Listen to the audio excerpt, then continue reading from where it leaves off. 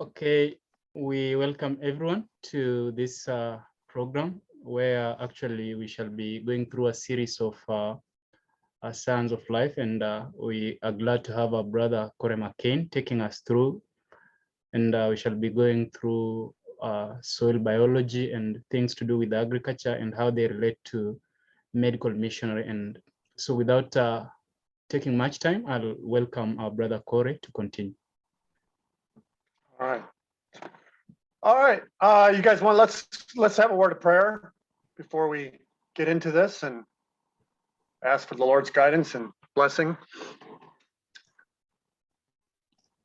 Father in heaven, we thank you for this opportunity to come together with one another and speak to one another and help encourage one another and share the things that you are showing us in life and all aspects of it. In this particular case, that directly relates to the health message aspect of what we believe. We just pray that you will lead and guide in this conversation today. Thank you in Jesus' name. Amen.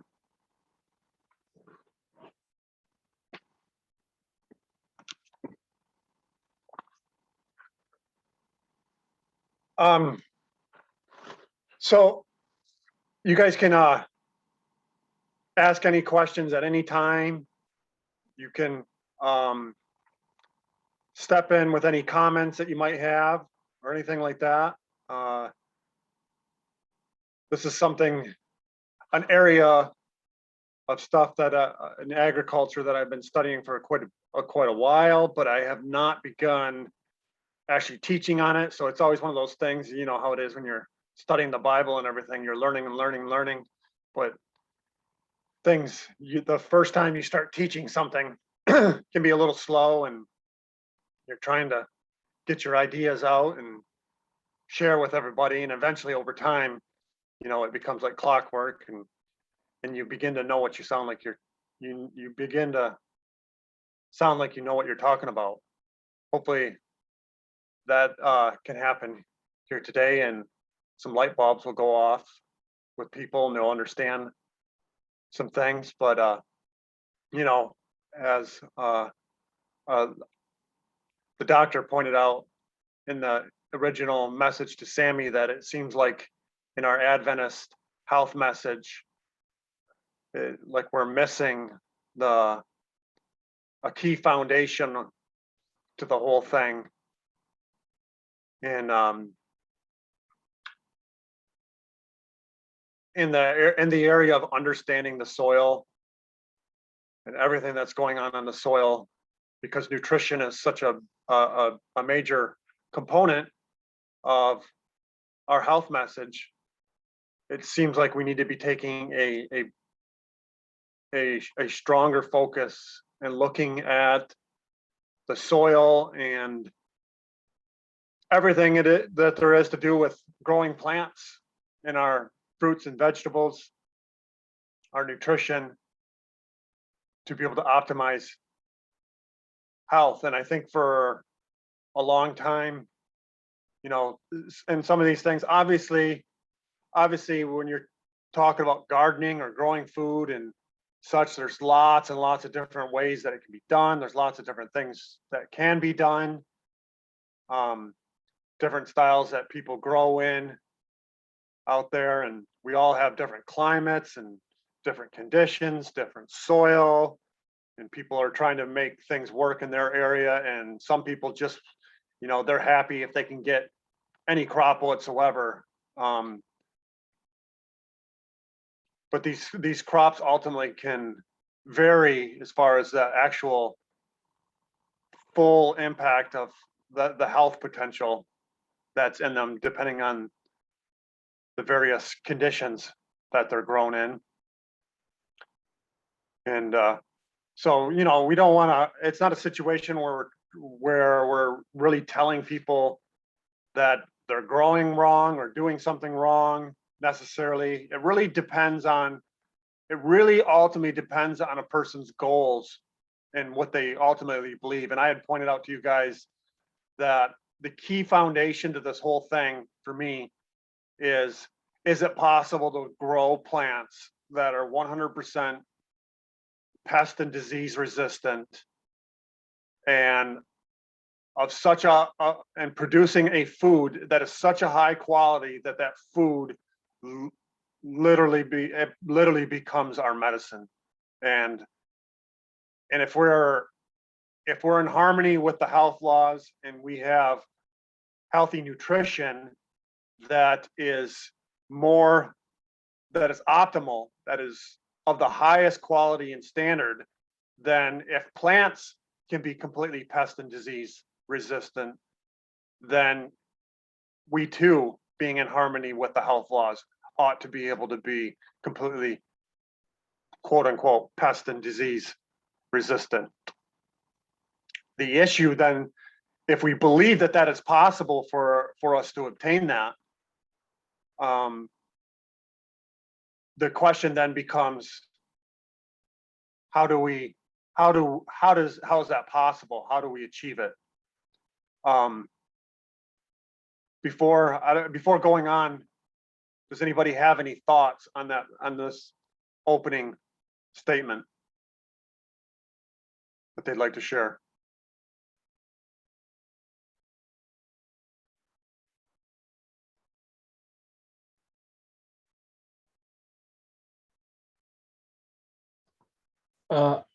Just what you have said, and I reiterate it, that for optimum health, then we need the food that has enough nutrients, or optimum nutrients, so that we may realize the calling that we have received as a church in medical missionary lines.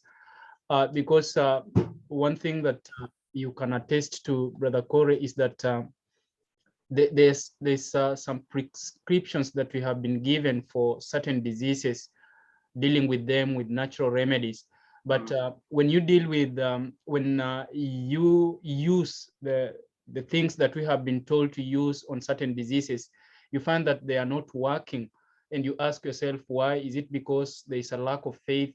But you find that it's not a lack of faith, but while those things have been prescribed, the way they have been grown and produced does not give them the virtues that are needed for helping our work be successful. And so if we will realize the natural remedies working better, it will be good if the things we used for this work will come from our own gardens. And it means that we should have a know-how on agriculture, so as we may produce, that is what that which is needed to help us achieve what we will want to achieve. Great. Yes, absolutely.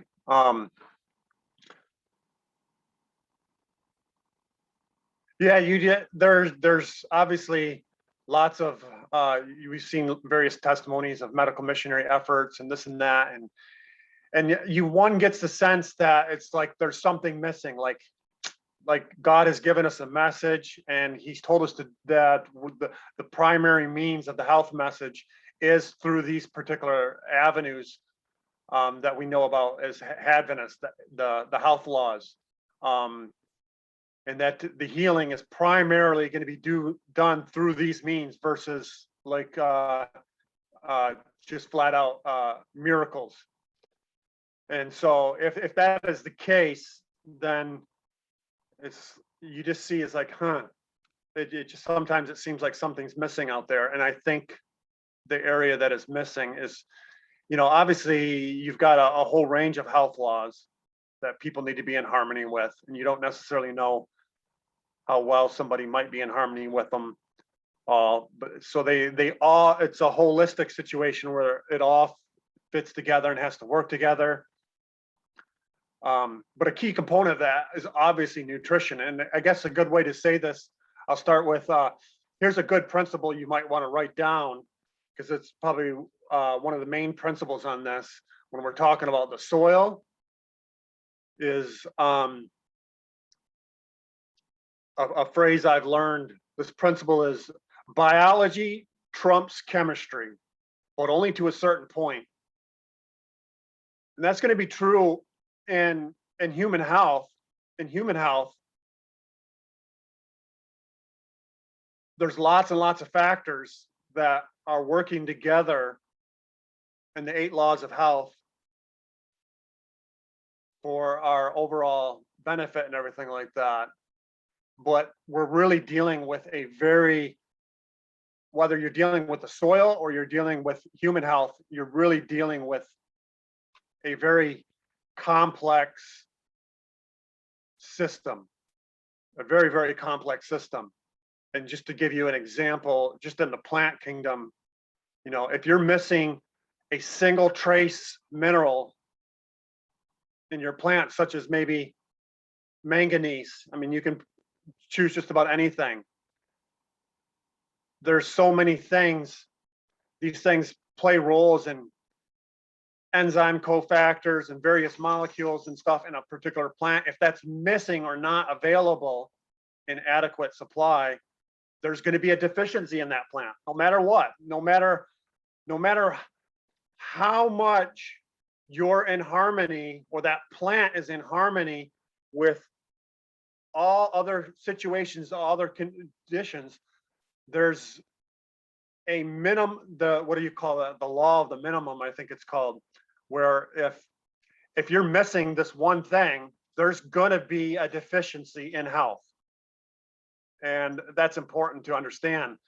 So when we, in the study of soil, you often get a lot of ideas out there about all the various minerals and stuff that should be in the soil, and you get ideas of the ratios and things like that, and those are all good and everything, but this is where soil biology trumps chemistry. Is you can have a soil that has a very good chemistry profile that it looks like on paper from like a soil test or whatever. It looks on paper as like, okay, this soil should produce really, really good plants. Yet you may have another soil that it's like, well, the chemistry is not as good as this one, but this soil that the chemistry is not quite as good seems to be producing a better product, a better plant, a better fruit and vegetable than the one that seems to have really good chemistry. And that will be because of the biology that is trumping.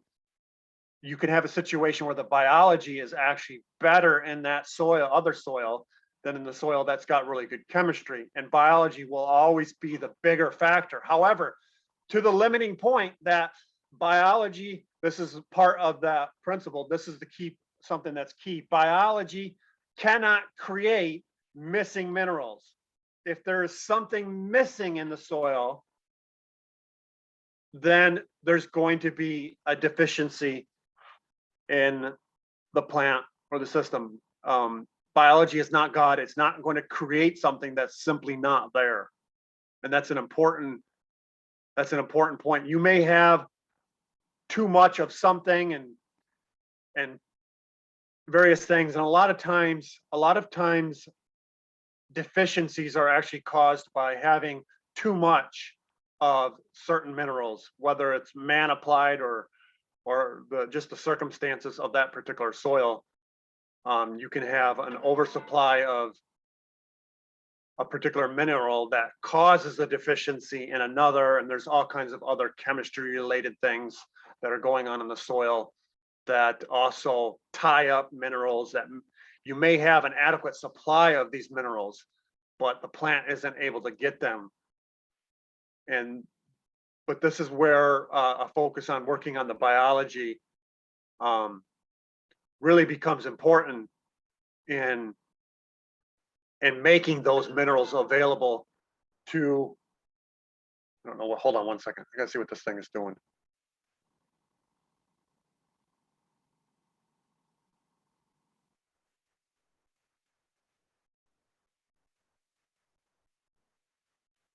Oh, it's my wife.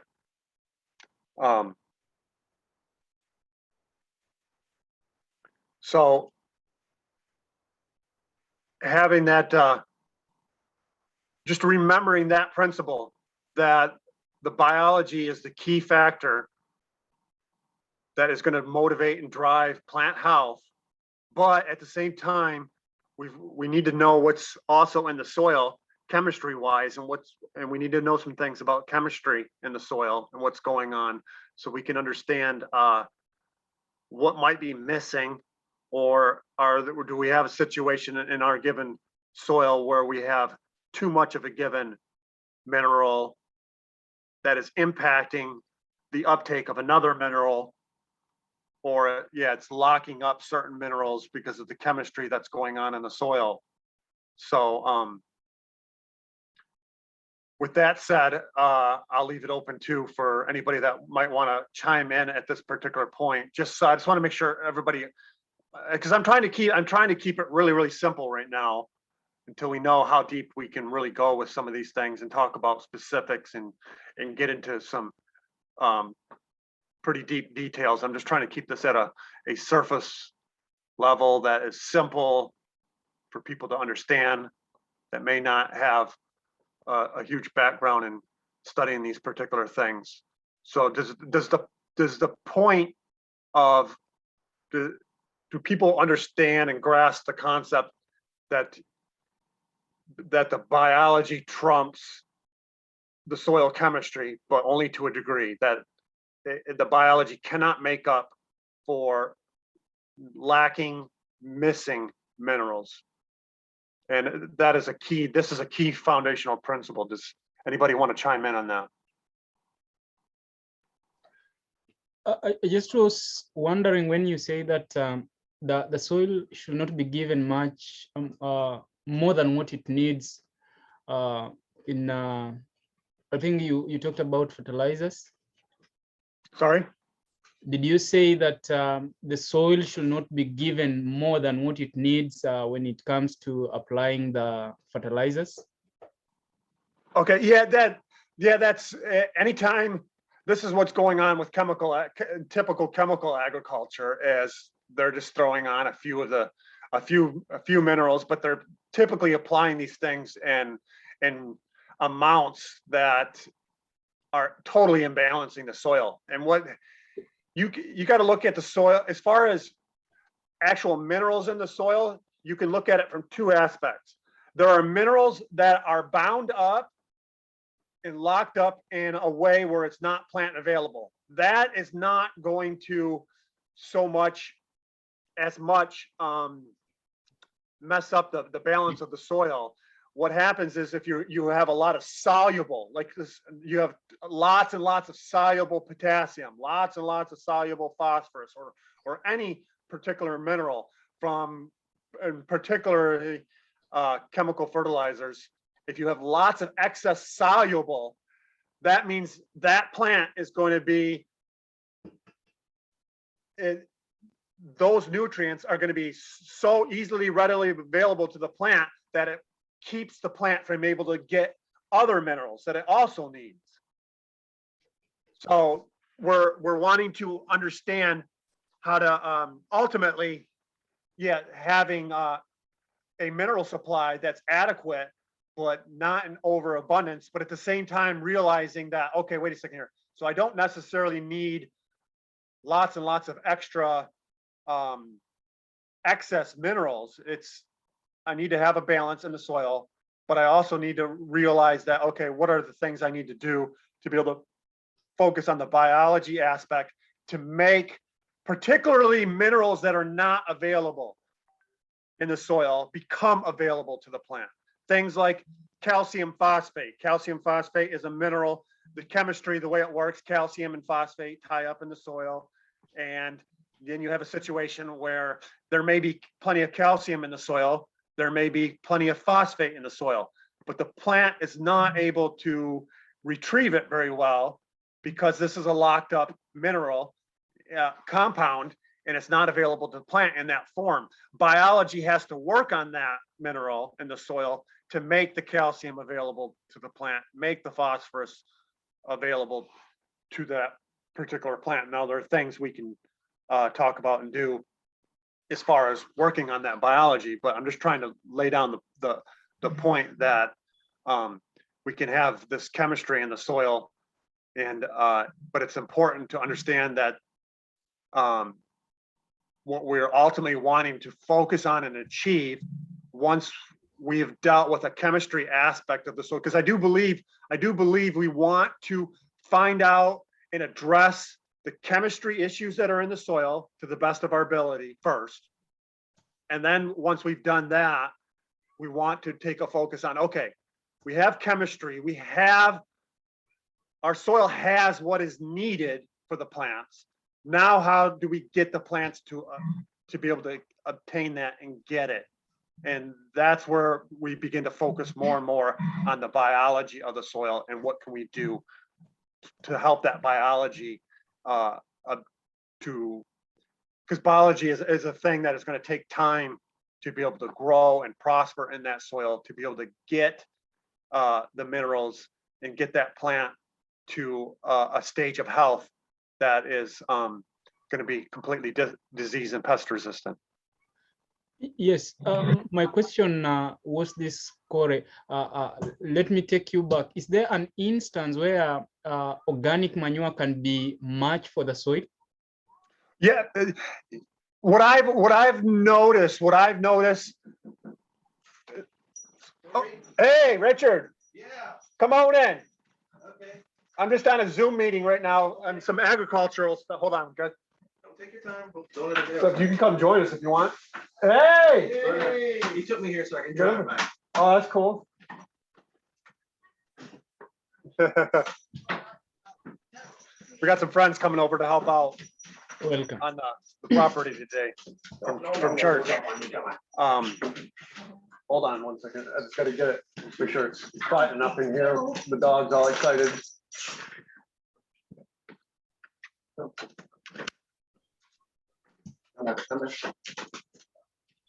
Okay. Yes, I really want to. In America, especially, we have this.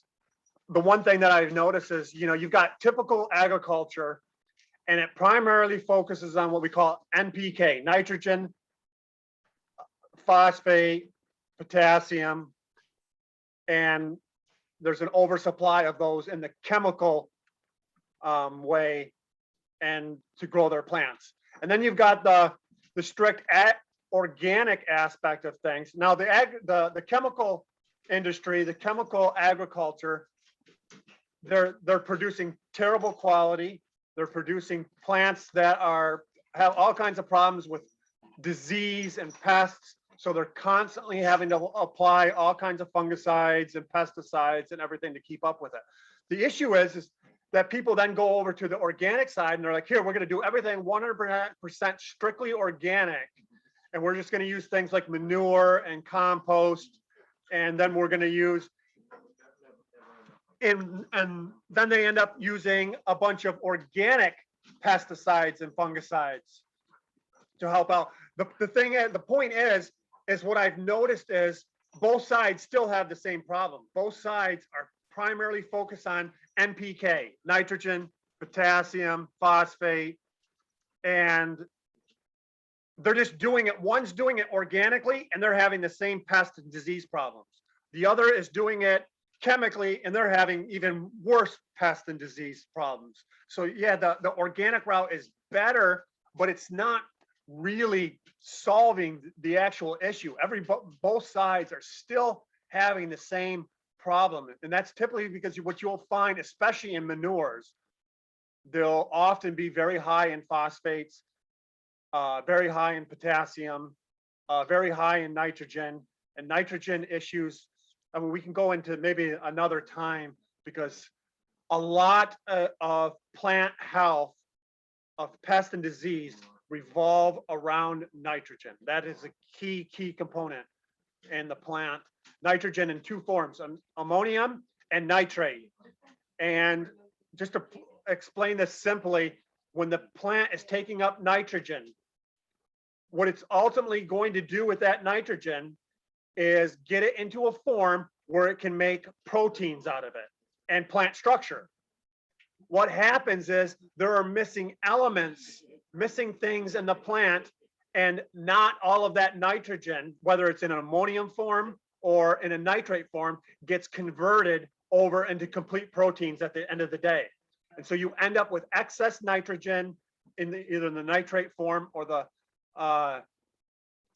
ammonium form, and that plant sends off a signal, and pests and disease see it, and they're lunch, and what those plants are doing is coming particularly after those forms of nitrogen, because they will then take that nitrogen and convert it into the proteins that they need for their bodies. But when a plant gets to the place where it can use all of that nitrogen in the system and convert it over to the proteins and the structure of the plant, you don't have this excess nitrogen that's in the plant anymore. And this also can be talked about in the area of the sugars too, that getting in photosynthesis and everything like that. The plant, when it's able to complex this stuff and use it to the fullest extent, the plant is not left with a bunch of simple compounds that are needed by the pests and disease. The plant is developing in a way that is making it's too complex. It's too complex for the pests and disease, and it can actually become toxic to the pests and disease, and they just completely will avoid it. And that has a lot to do with nitrogen, and the nitrogen issue, that has a lot to do with how we are fertilizing. Are we adding a lot of chemical nitrogen? Are we thinking that manures and composts are the solution to this situation, when in reality, what a lot of people don't know, I'm sure you're aware of, like, nitrogen fixing plants, legumes. Everybody is aware of that. A lot of people think, okay, well, let's not do compost and manures. Let's not do chemical nitrogen. Let's do legumes to put nitrogen in the ground. And that is definitely beneficial. But what a lot of people don't realize is there is plenty of biology in the soil that fixes nitrogen from the atmosphere. Most of the atmosphere is nitrogen gas. It's not available to the plant, but there is biology in the soil. If we build that biology and have the right chemistry, in this particular case, minerals such as cobalt and molybdenum play a huge role in the biology in the soil that will convert the atmospheric nitrogen to a nitrogen that is available to that plant, and the plant can uptake it. And we can get to a place where we do not need to be adding nitrogen sources to be able to grow our plants. You can get the biology to a place where 100% of the nitrogen can be supplied directly from, we'll call it God, from the atmosphere, from the biology. And you know how in human systems, there's a feedback loop. A lot of times when you supply something into the environment no longer naturally has the ability to supply what you're already supplying.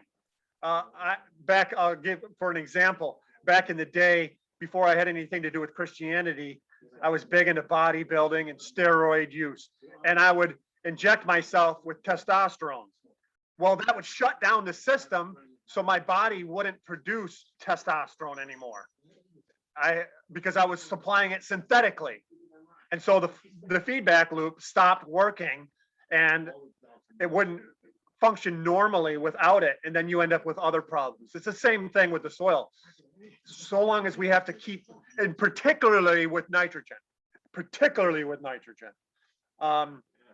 so long as we continue to feed, whether it's organic supplies of nitrogen constantly to the soil or chemical supplies of nitrogen into the soil, we're impacting the feedback loop in the system and preventing the biology from building and growing that can supply these nutrients to the particular plant. Now that happens to be the big one as far as nitrogen, because it's a gas. Most of the other stuff is, a solid based mineral that often we potentially, depending on our circumstances, we do have to add some to it. And there's always going to be, I'm not against using a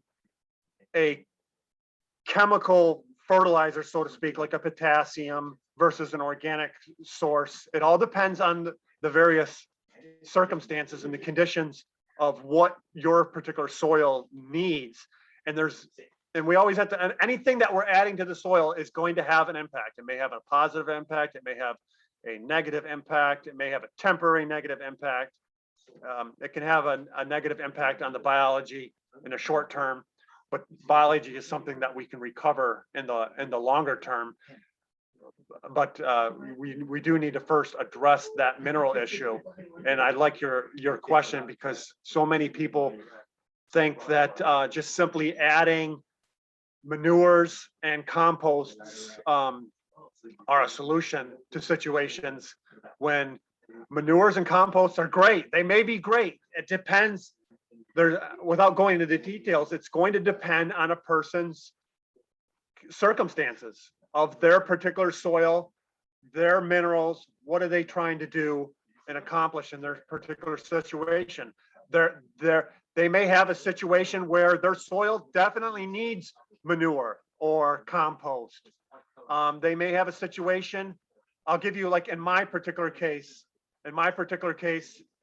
I have a soil here that has lots and lots of phosphorus. As a matter of fact, it naturally, in Florida, there's lots of phosphorus mining because we have lots of phosphorus in the soil. Now, it's not all plant available, but there's plenty of phosphorus in the soil to last, oh boy, probably, in my case, probably 20, 30 years of growing.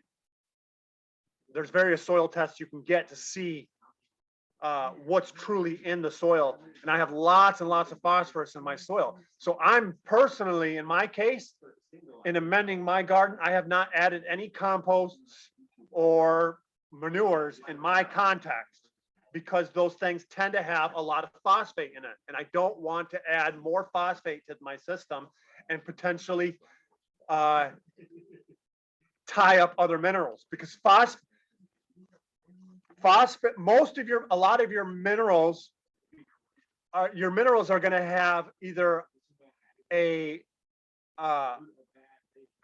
positive, what do you call that? A positive charge or a negative charge.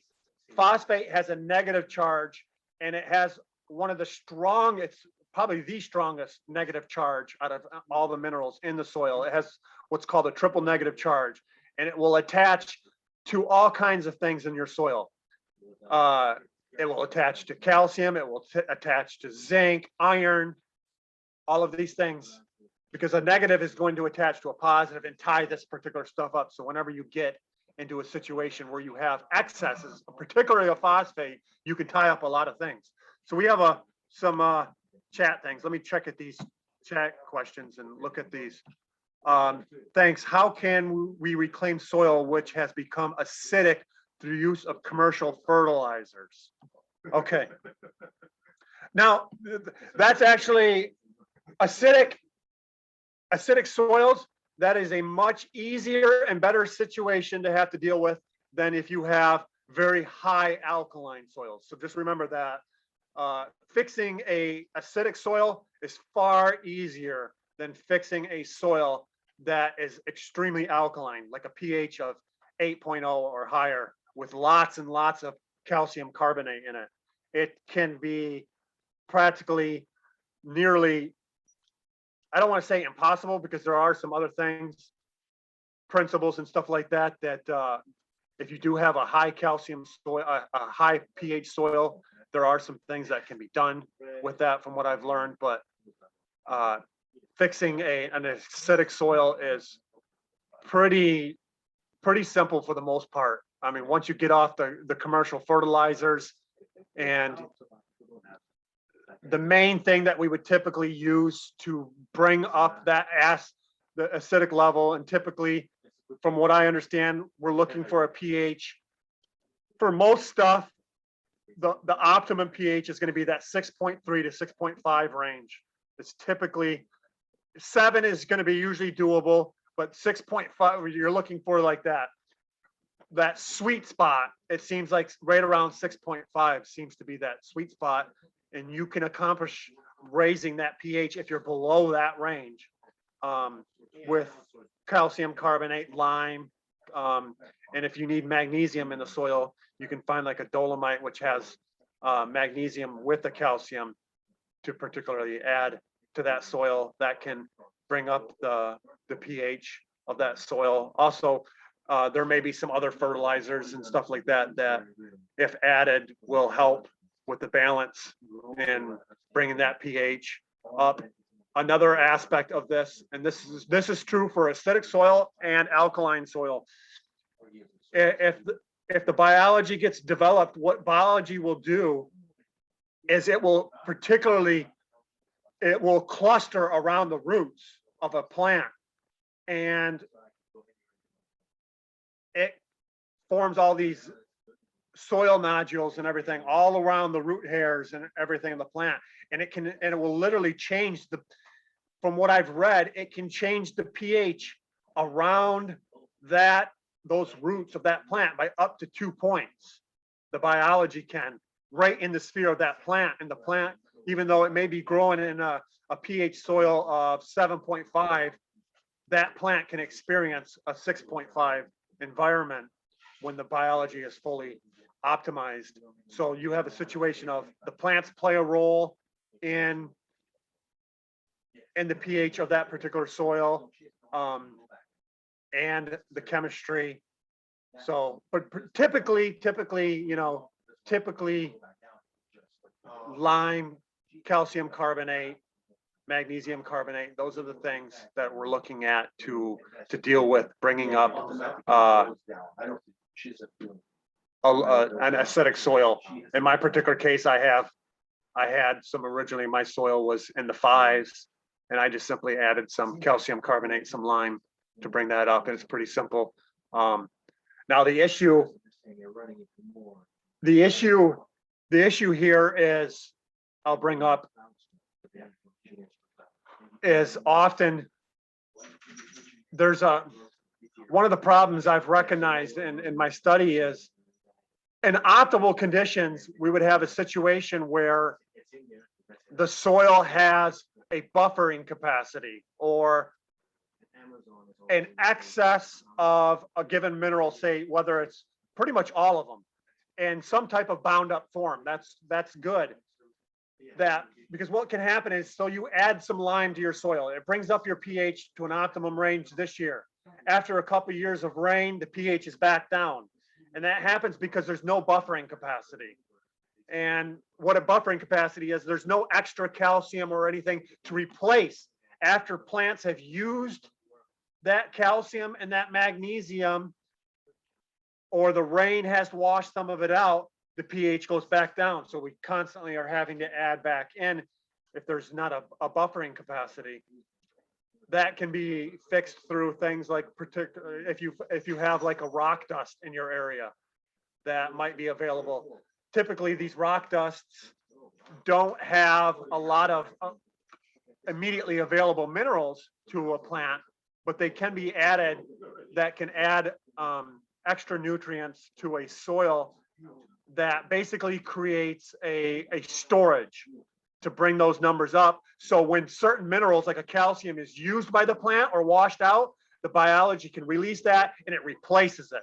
So you're not having to add so much over time. These are things that can be looked into over time, but hopefully that addresses your question on the acidic issue. There might also be some acidic issues from some of the chemical, maybe pesticides, herbicides, fungicides that have been added. And that stuff should probably be able to be washed out over time. And I think you might be able to find some products also that, and biology, again, working on a vigorous biology of the soil can neutralize and deal with those chemical residues over time to get rid of it. So you can let me know if there's anything else on that particular question if you want to add. I'll go to this next one. Which crops do well in black cotton soil? We have been trying to hybrid maize, but running into huge losses. Okay, that is a question I'm not going to be able to answer because I'm not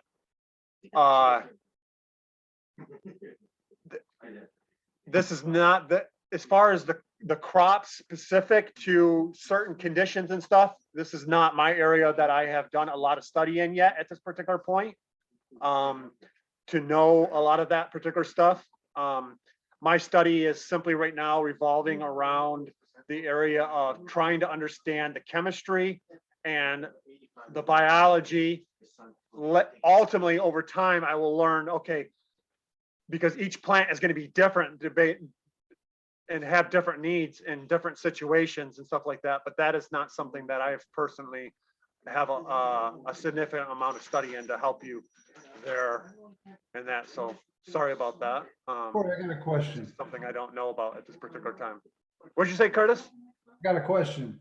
Yeah. Just for a little clarification. Now, with that last question about acidity, by the way, feedback inhibition was the word you were looking for.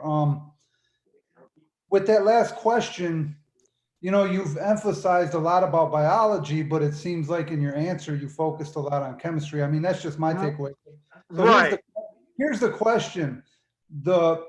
Ultimately, even isn't it going back to where you started, isn't the optimal situation to focus on the biology of the soil and let the biology try to do most of the correcting instead of trying to correct it yourself? And my second question is, what's the best way to build the biology in layman's terms? What about just buying microorganisms and put them in the soil? Is that something that works, or is it more complicated than that? Okay. Yes, those are all.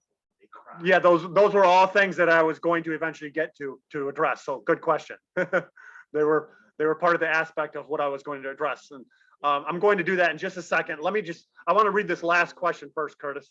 Our soil analysis shows that it's low on phosphorus, nitrogen, and lime. How do you suggest we add this? Okay.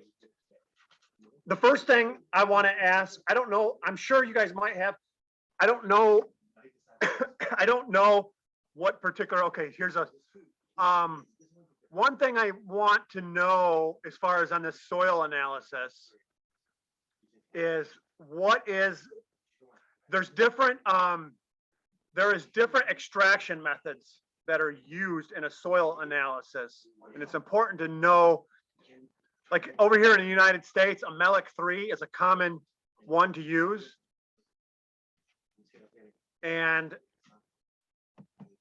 Whoops, okay. So I don't, 429 kilograms PTO5, lime, organic carbon. I'm just trying to look at this particular, okay. Because the soil test is so much different than what I'm used to looking at, this particular one, there's so many different types of soil tests, and having to learn each one is a bit of a particular challenge here. But so I'll just try to address this as simply as I can. Like the nitrogen issue, that it's low in nitrogen. The nitrogen issue, and we'll get into this a little bit later as Curtis asked the question about the biology and how the biology what we can do in the area of the biology to supply that nitrogen that's needed. The issue of lime, I'm assuming by lime, they're referring to pH in this particular case, saying that the pH is low, which is typically related to a low calcium. So in addressing that earlier question, adding a calcium carbonate, and you may need a magnesium.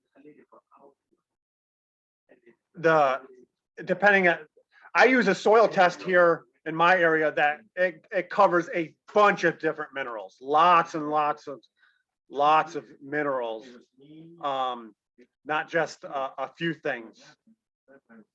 So I'm just not used to seeing this particular type of soil test. But I will show my point is there are different types of soil tests, and there are what we call weak acid soil tests. And a weak acid soil test is typically used, it's an extraction. And the weaker the acid, the less amount of minerals it's going to pull from that soil.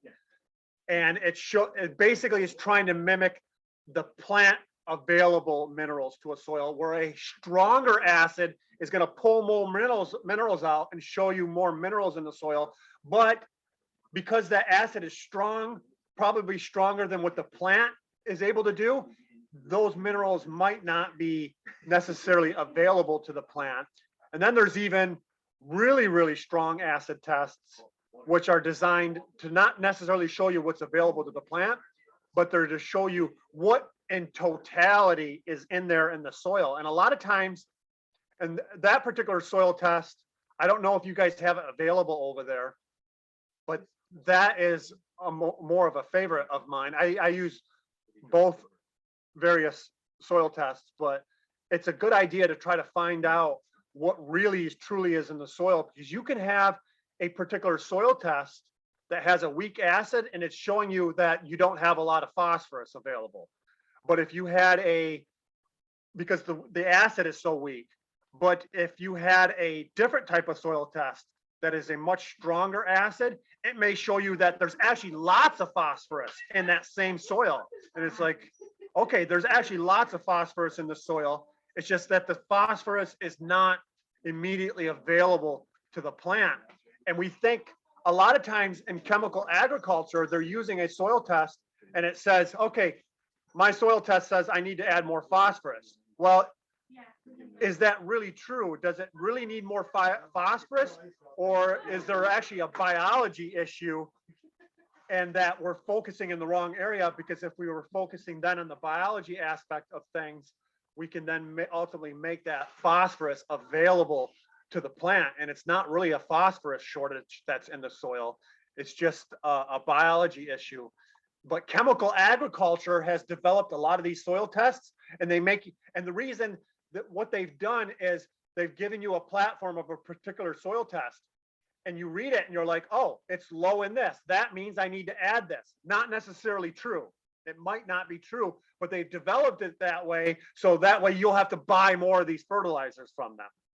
And it's kind of deceiving. It's like, okay, so the soil tests, a lot of them have been designed in a way so that they can sell you fertilizers. So just keep that in mind. You may need it, you may not need it. It just depends on various things. So just in kind of trying to address that, just remember that do some study and looking around at various types of soil tests that you might have potentially available in your particular area, and learn about those soil tests, because they will teach you different things. And a soil test that will reveal a higher amount, a total amount of what's truly in that soil, that is something I would whatever you can get that would reveal the highest amount, that is something I would definitely recommend. And I would recommend a soil test that is showing you what's more available to the plant, so you can realize, okay, there's some things I need to work on in the immediate, but at the same time, I have a soil test here that's showing me there's actually a lot more nutrients in this soil than what is available. I'm going to give you a little bit of an example. The soil test that I would traditionally use and people use here in this particular country, based off of melic 3 extraction, would show something. I'm going to use iron is a really good example. My soil test will come back showing that I have 50 parts per million of iron in my soil available, which is adequate for the plant if it's all available. It doesn't necessarily mean that that's all available. But I have another soil test that I did that's a total test, and it shows that there are 3,000 parts per million of iron in my soil. You see the difference? 50 parts per million versus 3,000 parts per million. There's a huge difference in the soil tests.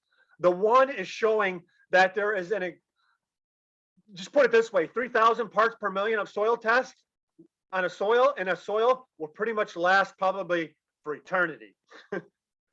And it's just, and a lot of soils have a lot of iron in them. And you can have that tested of all the various other minerals and stuff like that.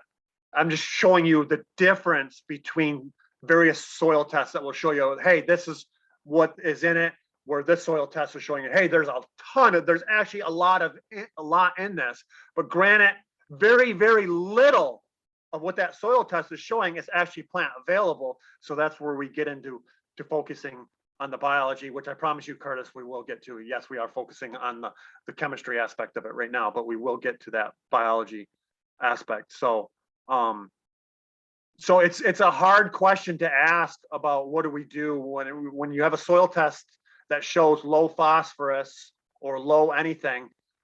That in of itself doesn't, it's not enough information for me necessarily to make an absolute clear judgment on whether or not that soil needs phosphorus. A lot of soils actually have, especially if that soil has been used by chemical agriculture a lot over time, and they've been adding a lot of phosphorus over the years. When you add a chemical phosphorus fertilizer, within, what is it? I think it's within 6 months, 73% of that phosphorus is now bound up with calcium. It's now bound up with iron. It's bound up with zinc and other minerals in the soil and not plant available. It becomes part of your storage tank. Your soil test won't necessarily and most likely pick that phosphorus up, but it's there in the soil. It's just bound up in a form that's not plant available. But because those particular people were using a soil test that didn't show all of that mineral of it in the soil, they felt oh, I have to buy more of this fertilizer and put it on every year. But they were losing 73% of that phosphorus to being bound up in the soil chemistry, and it wasn't available. And the fertilizing companies and the soil testing and the way it all works, it's all basically a system designed to sell you more products. So you have to do that every year, when in reality, you don't necessarily have to do that every year. It's actually, in many, many cases, it's actually there. It's just that we have to take a different approach to being able to release that, to get it to you. So let me see. Welcome, Dr. Fred. Maybe if you have a question to ask, you can go ahead, and we are dealing with soil biology, or we will be in a second. Which kind of test do you recommend? What should it look for? Okay, maybe, you know what? I have my wife's computer here. I should have done that. I don't have my soil tests on my, I don't have my soil tests on this computer. They're on my computer, but here's the things.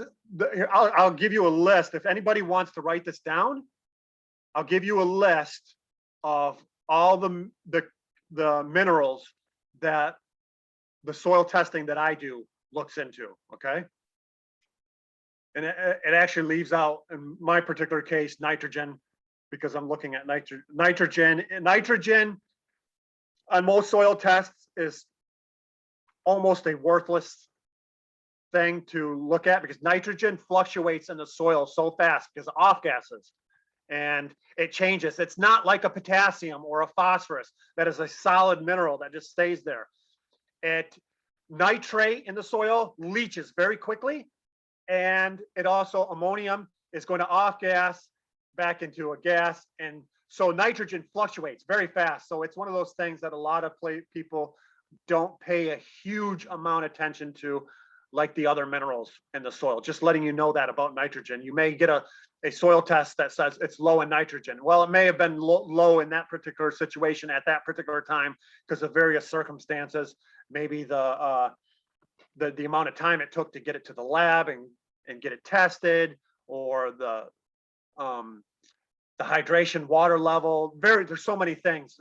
Nitrogen fluctuates, so it's not really a key important thing to necessarily look at in the soil. What would be more important as far as the connection of nitrogen is the organic matter, because organic matter can be converted into, it stores a lot of nitrogen. So if you have a lot of organic matter, you know you have a lot of potential for nitrogen to be delivered to the plants. And as I mentioned earlier, biology can release and make nitrogen to the plant. So a lot of times I've learned that nitrogen is not a key important factor in looking at your soil test, just so you know. As a matter of fact, I didn't add, in my particular garden that I just did, I'm not adding any nitrogen whatsoever. I'm just trying to focus on getting it to the place to where the biology can supply all of the nitrogen that is available, that can be available to the plants, and not mess up that feedback system.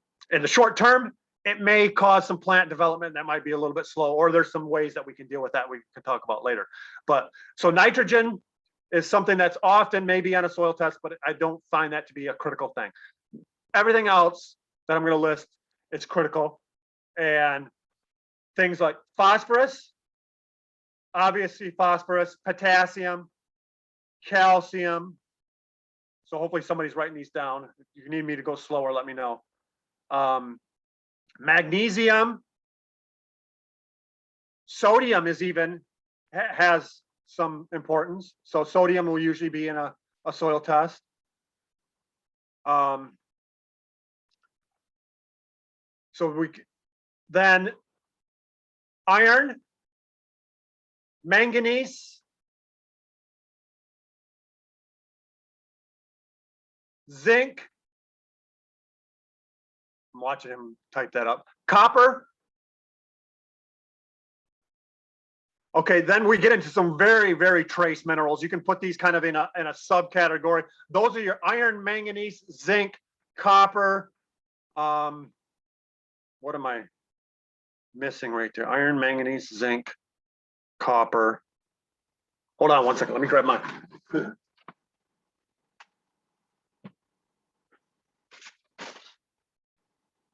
Oh, one more added. One more to add in that particular list right there. Boron. Can you spell it? Boron is B-O-R-O-N. Okay, now these are called, typically we call these minor elements, and it's not because they're minor in importance, it's because they're minor in quantity in the soil as far as the need of the plant. Those are. The next one I would call trace elements. Trace, TR elements. And these are going to be cobalt. Can you spell? Cobalt is C-O-B-A-L-T.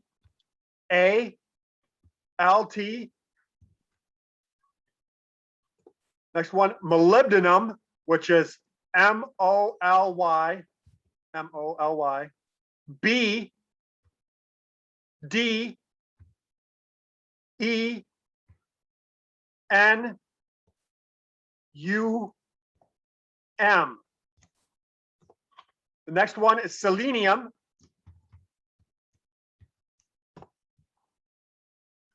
And actually, you can probably put this other one. There's another one that this is more of a, this is actually, it's hard to place this one. I wouldn't put this one in the trace elements, but it's often tested in that. And that's silicon or silicon. You can put that in any category. The soil is actually full of silicon. All your sand particles are silicates. I mean, there's tons. Silicon is, what is it? I can't remember, the second or third most abundant mineral in the soil.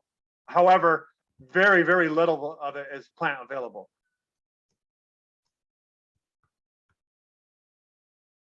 And so you can, and obviously you guys are, I'm sure you're already familiar with the other ones, the potassium, calcium, phosphorus, magnesium, and sodium.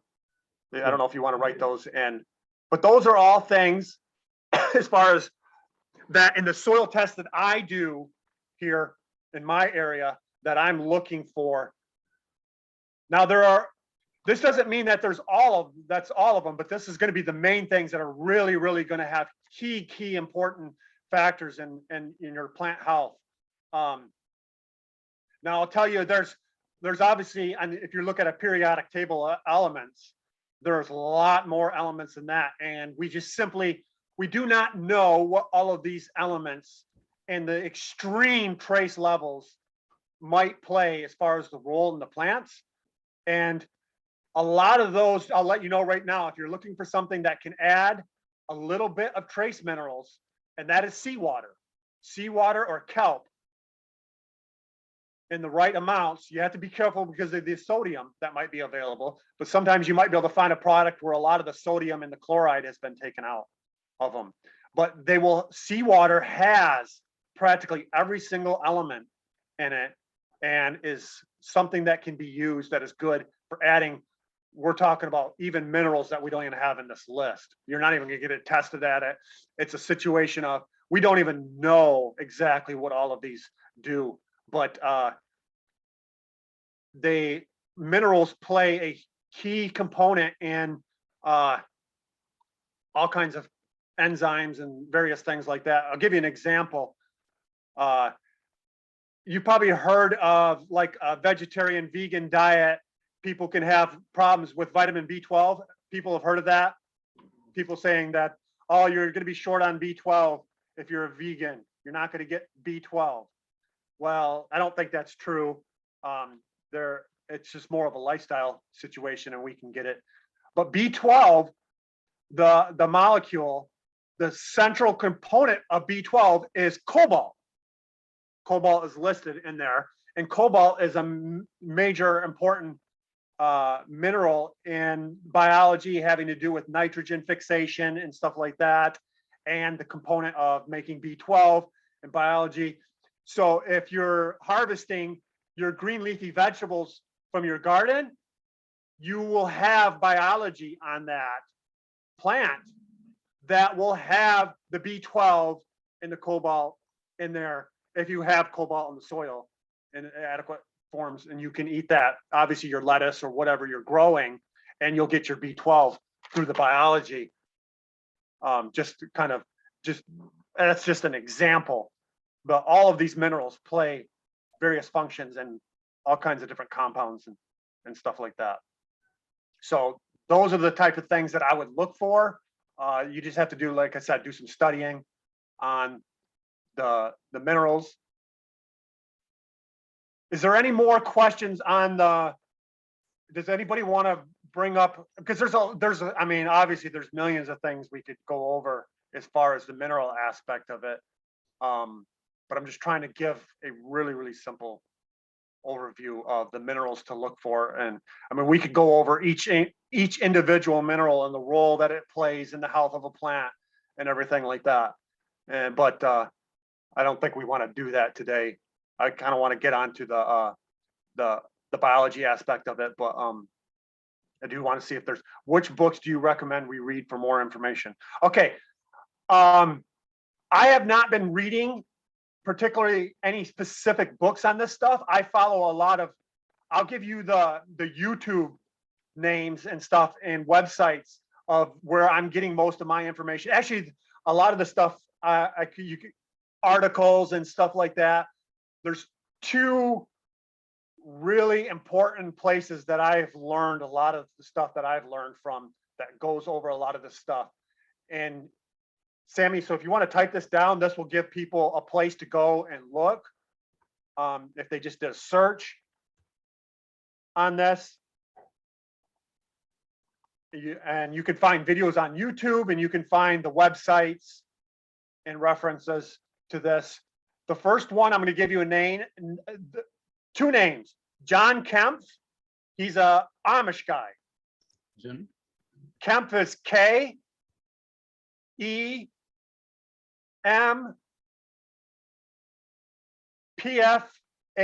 I believe. John Kempf. Wait a second. Hold on. I might. Hold on 1 second. Let me make sure I'm spelling his last name right.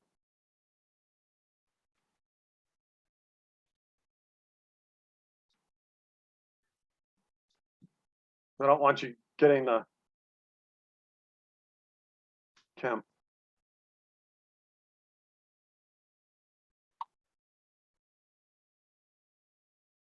Okay, get rid of the H. Get rid of the H.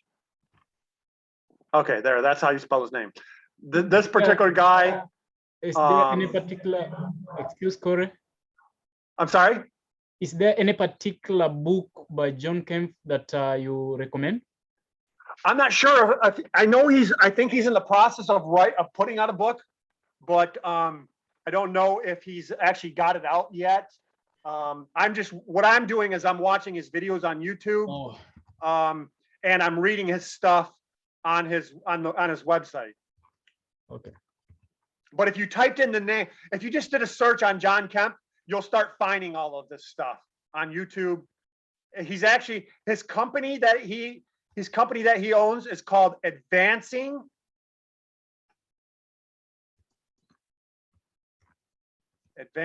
Eco Agriculture. I think that agriculture is the second word, a third word. Split that, yeah, I think. So that would, if you did searches on that stuff, you'll start to find all kinds of information.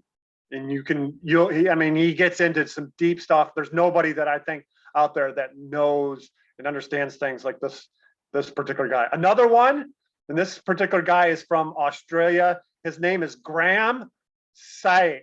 And it's spelled Graeme.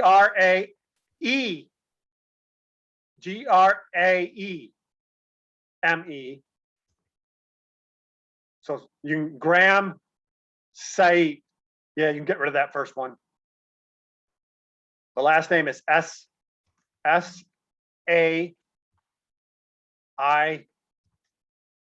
Now I know he has a book, and you'll be able to find that book if you just do a search on him. And his company is what is it?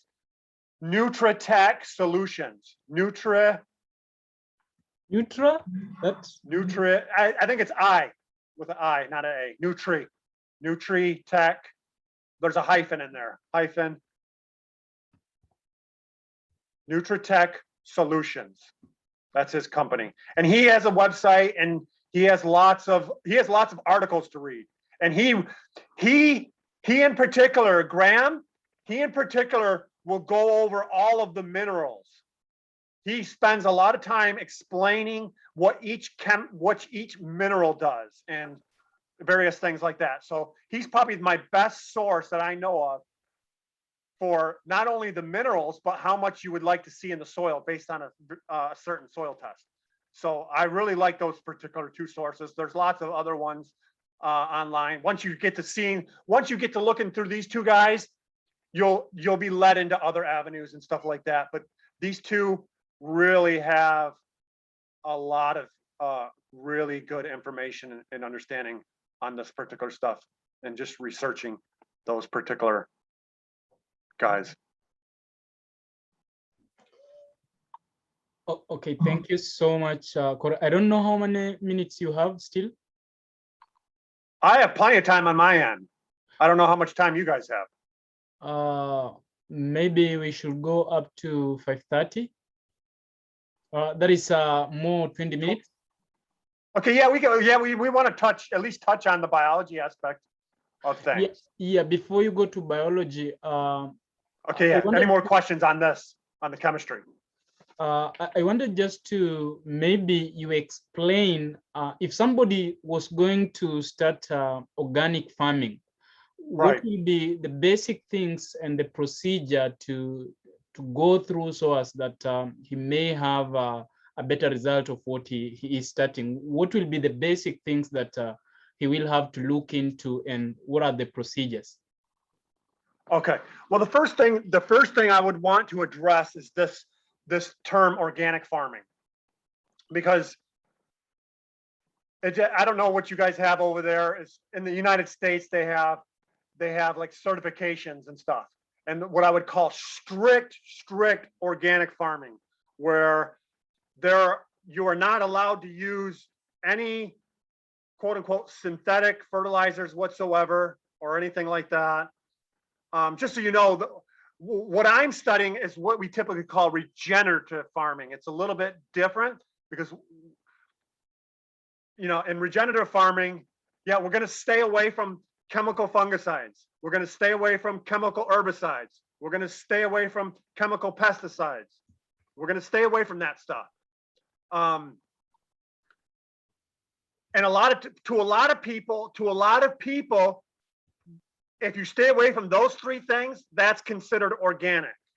But that doesn't necessarily meet the definition or organic standards if you're trying to be certified and stuff like that. But I'm not trying to deal with organic certification or appease the government in that particular area.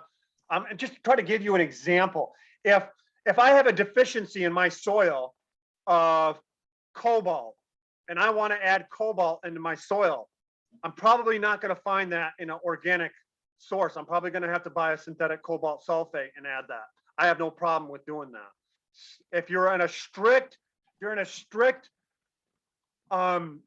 organic system, then that's taboo and you're not supposed to do it and everything like that. So I'm just pointing that out, that I'm not like a strict stay away from synthetic. There's a balance here of when something might be appropriate and when it's not. And we're trying to avoid constantly having to add tons and tons of synthetic, especially nitrogen, potassium, and phosphorus over and over every year. We want to get out of that particular type of system. But I just wanted to bring that up about the organic situation, because it needs to be qualified a little bit of whether or not a person does a person think they believe that they need to be like absolutely strict organic to the highest sense, or are they recognizing that they may need to source some fertilizer from potentially a synthetic source. And I'm definitely okay with doing that in the short term. So I just wanted to explain that. So with that said, can you kind of repeat, Sammy, what your question was in that regards? Because I focused more on the term organic when you said that. Yeah, my question was, here is a person who wants to go farming. What will be the Right. basic things that he can be able to do, and what are the procedures for that? Okay, I think that perfect. The first thing that I think a person needs to know in their situation is, obviously they have a plot of land, a soil. The first thing they want to make sure is that plot that they have doesn't constantly flood. If you have a plot of land that is constantly have flooding conditions, flooding will destroy the biology in the soil more than any fertilizer or anything else that you're going to put on it. I mean, it's very, very detrimental to the biology of the soil, and you're never going to be able to proceed going forward and constantly building that soil. If year after year after year, that particular soil is dealing with flooding issues. So if there's any flooding issues, you have to be able to deal with that particular issue. And that also comes along with structural issues of the soil. Does that soil, are we dealing with a clay soil that water just doesn't penetrate very well, or it dries up? Is it a sand soil? These types of things. We have to recognize the structure of the soil that we're dealing with. Just learning and studying. Okay, am I dealing with a very sandy soil? Am I dealing with a very clay soil? An individual needs to do some study on their particular soil structure type. You understand that? They need to study that to find out what they're dealing with, because in my particular case, I'm dealing with a sandy soil, and that's going to be very, very different of dealing with that soil structurally versus somebody that might have a very clay, very hard, compact soil. They're two totally different fields to have to deal with. Somebody might already have some very good loamy soil, and that's really good, but it's understanding their soil structure. The next step I'm going to say is going to be, okay, I need to have some good soil tests to understand what I'm dealing with in this soil. I need to understand things like, besides the chemistry, I need to know the organic matter. What is the organic matter? We go by organic matter percentage in this country. What is the percentage of organic matter? Am I dealing with a soil that is, and this, at least in our soil tests, it will have all the chemistry, and it will also have the pH, and it will have the organic matter of a given soil. We want to know what that organic matter is. At 1%, 2%, 3%, 4, 5, 6, 7, 8. That is an important component to understand. So a person needs a good soil test that they can find. And if they can find a soil test in their particular area that can test for, like I said, a total, sometimes these are called, just to give you some other names, if you're doing a search for soil test, sometimes these soil tests are called geological assay. So you might want to write that down, because if you're doing a search for a soil test, maybe you could do a search for geological assay, or mining assay is another term that's often used, because I know in Africa you guys have a lot of mining in your area. So people, if there's a lot of mining in your area, there's probably companies that do soil tests, and what they do, they'll extract everything that's in that soil to tell the person, here, this is what's in your soil, so they know when they go to do their mining. And so mining assay is an often type of soil test that somebody might use to be able to discover what truly is in their soil. And that will let you know, okay, I really have a lot of this, this, and this, and this. I don't need to add this stuff. I need to just work on the biology to retrieve it in my soil. So yeah, good soil testing is important, and studying to learn those soil tests, to how to understand them, to how to interpret them, because there's a lot of details involved in that. You might get some numbers and stuff like that, but a person might be like, okay, I don't know what any of this means. So you have to do some studying to understand those particular soil tests.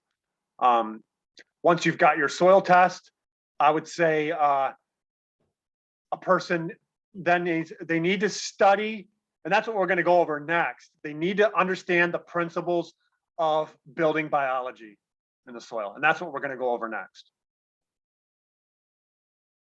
I would say, from there, it's about putting it all together in your particular context. Obviously, you have to. Oh, I forgot the one thing. This is important. Water source. Water source for obviously plants need water, and it's. Oh, you're just watching. Okay. You can come say hi to Sammy and everybody. My wife wants to say hi. Oh, she's welcome. Hi. Hi to you, Jenny.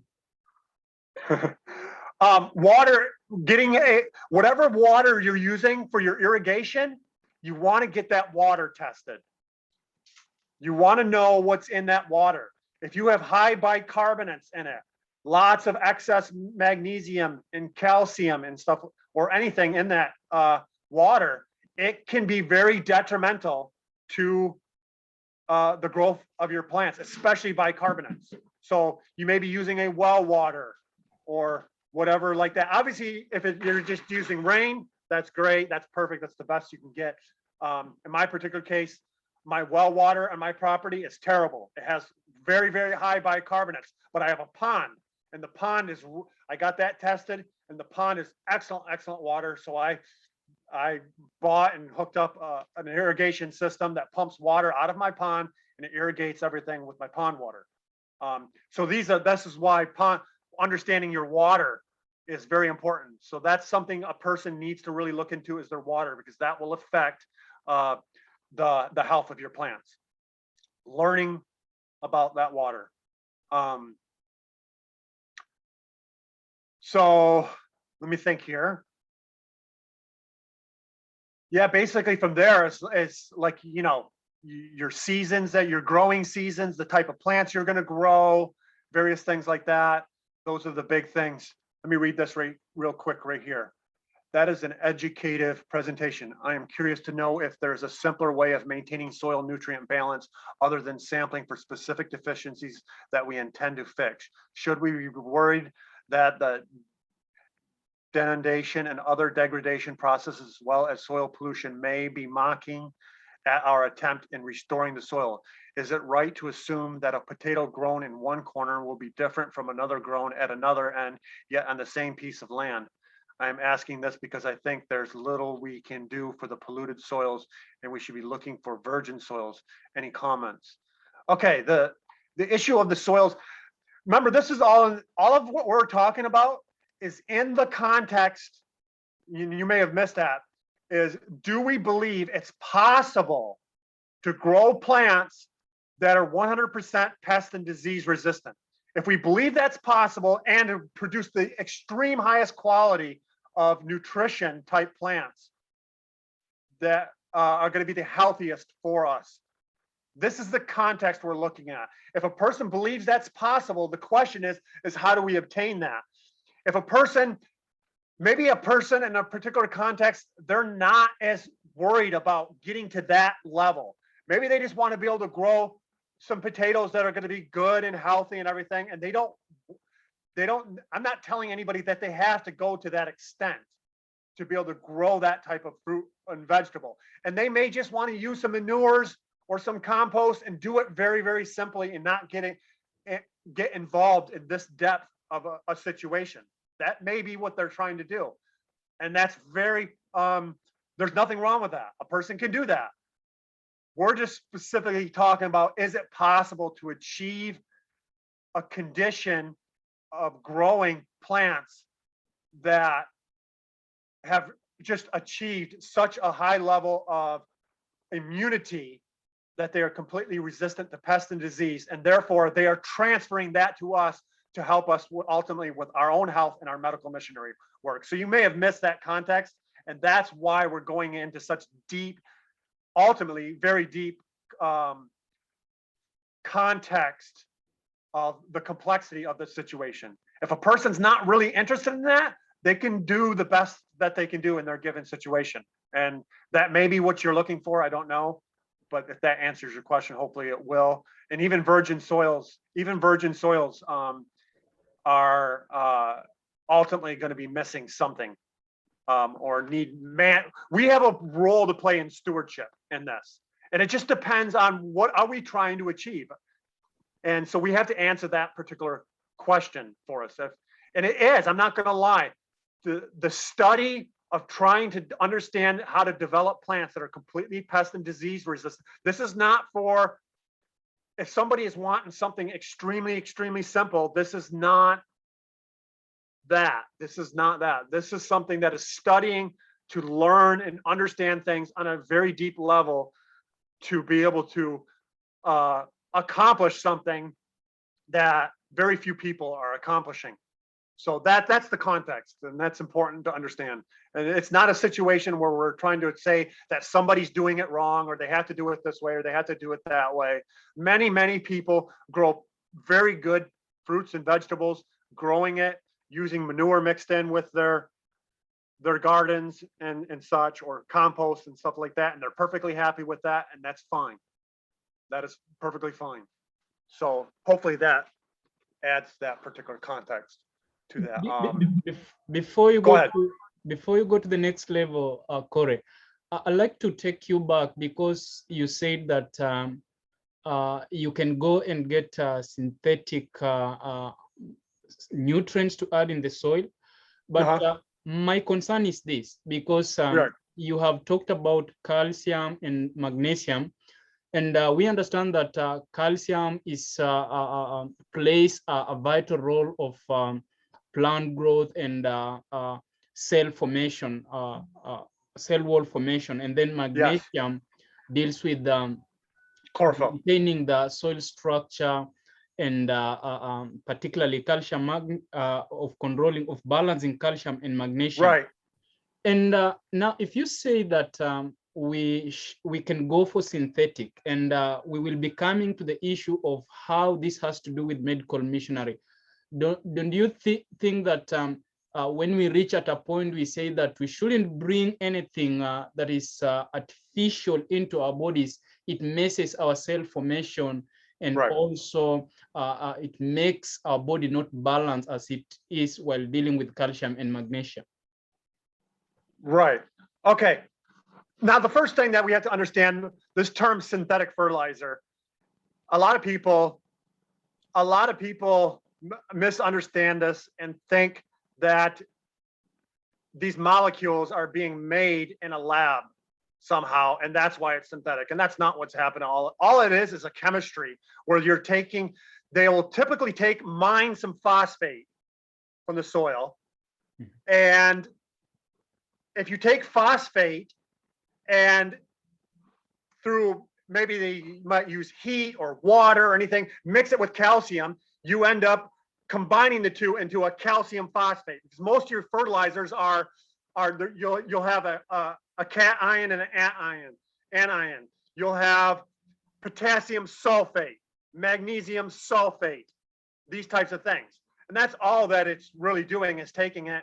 And because man has taken it and then combined it, they don't consider it organic anymore. But in reality, it's not. In reality, it's the same thing. The plants don't know. It's not synthetic in the sense of being different from an organic molecule. There's no difference in that. The issue becomes, and is, are we over applying this stuff? Number one. And are we completely reliant on having to constantly add this stuff year after year after year after year? And are we messing up the balance and stuff like that? And it can, adding synthetics, and especially nitrogen based, I don't add any nitrogen based so-called chemical fertilizers, because they can be very detrimental to the soil biology. But they can have a short-term impact on a negative aspect of the biology. However, if the chemistry is messing, the biology is not going to make up for it. But in a lot of cases, what I'm saying is a lot of cases,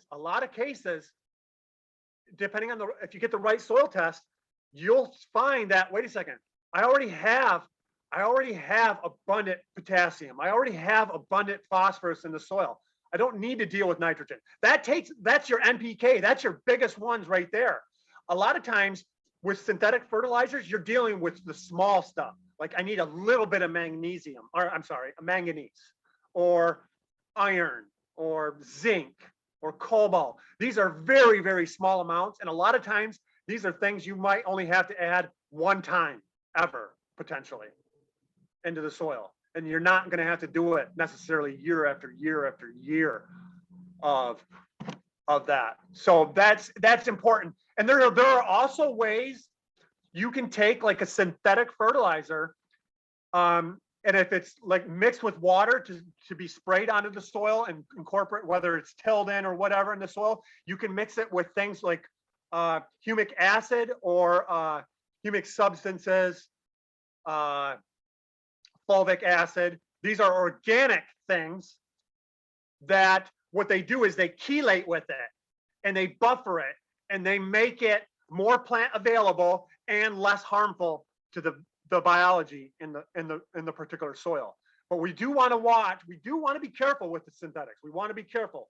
We don't want to get caught up in a situation where we're constantly applying tons and tons of NPK, and there's certain amounts. We want to be careful with it. So yes, we want to be careful with it, but I don't think it's something at all that is like this evil thing to be avoided, because it's not quite the synthetic thing that we often think of in our minds. Oh, this is a man-made thing. It's not quite to that extent. Curtis has a question. Well, just to expound on what the question Sammy asked, I'm wondering, and I don't know, it might seem like a dumb question because I haven't studied some of this like you, but there might be a terminology issue here, because what Sammy, when I think of the word synthetic, in my mind, it's speaking of man-made things like what you described. Right. The definition you put on it, to me, that's like non-bioavailable. Whereas synthetic, so if you say it's locked up, we're using the word synthetic, but what I'm hearing you describing is non-bioavailability. So my question to you is, is your terminology right? Or am I just not understanding the terminology in agriculture for this? What you could do is do some research. How are chemical fertilizers made? Do some research on it. How do they make calcium phosphate or calcium sulfate Because a lot of times, here's a good example. You can find calcium sulfate that's organic. They dug it out of the ground and it's calcium sulfate. It's called gypsum. You've probably heard of that term, gypsum? Yeah.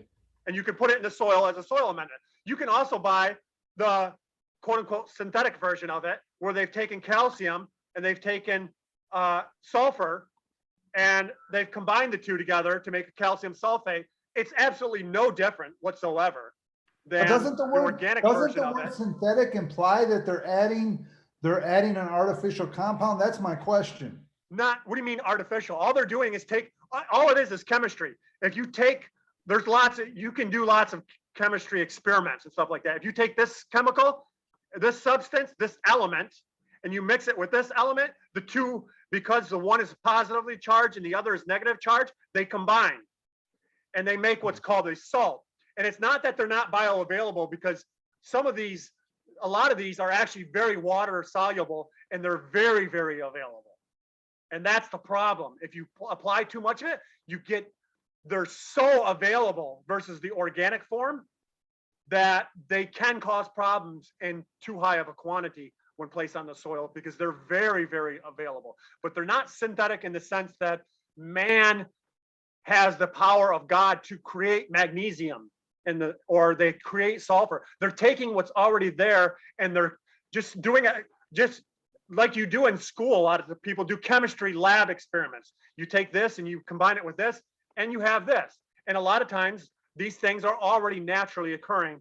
And so they're not quite what we think they are, but they do have to be respected and understood in their sphere. And you can do some research on that, but they're not synthetic in the sense of being just totally created out of thin air, like we might think. Yeah, I think I'll look into that, and I don't know why they have to call it synthetic if a man has not messed up with it. But yeah, as a matter of fact, the one guy I asked him, I was talking to, I gave the name earlier and you wrote it down, Graham Sate from Australia. I mentioned the term synthetic fertilizer and he asked me, well, why do you call it synthetic? Yeah. And I was like, okay, this is one of those questions. It's like, I just got caught saying something that he recognizes that. And so he explained it to me and I was like, oh, okay. Yeah. I didn't realize that. I didn't realize and so he explained to me, they're not really synthetic in the sense that we think it is.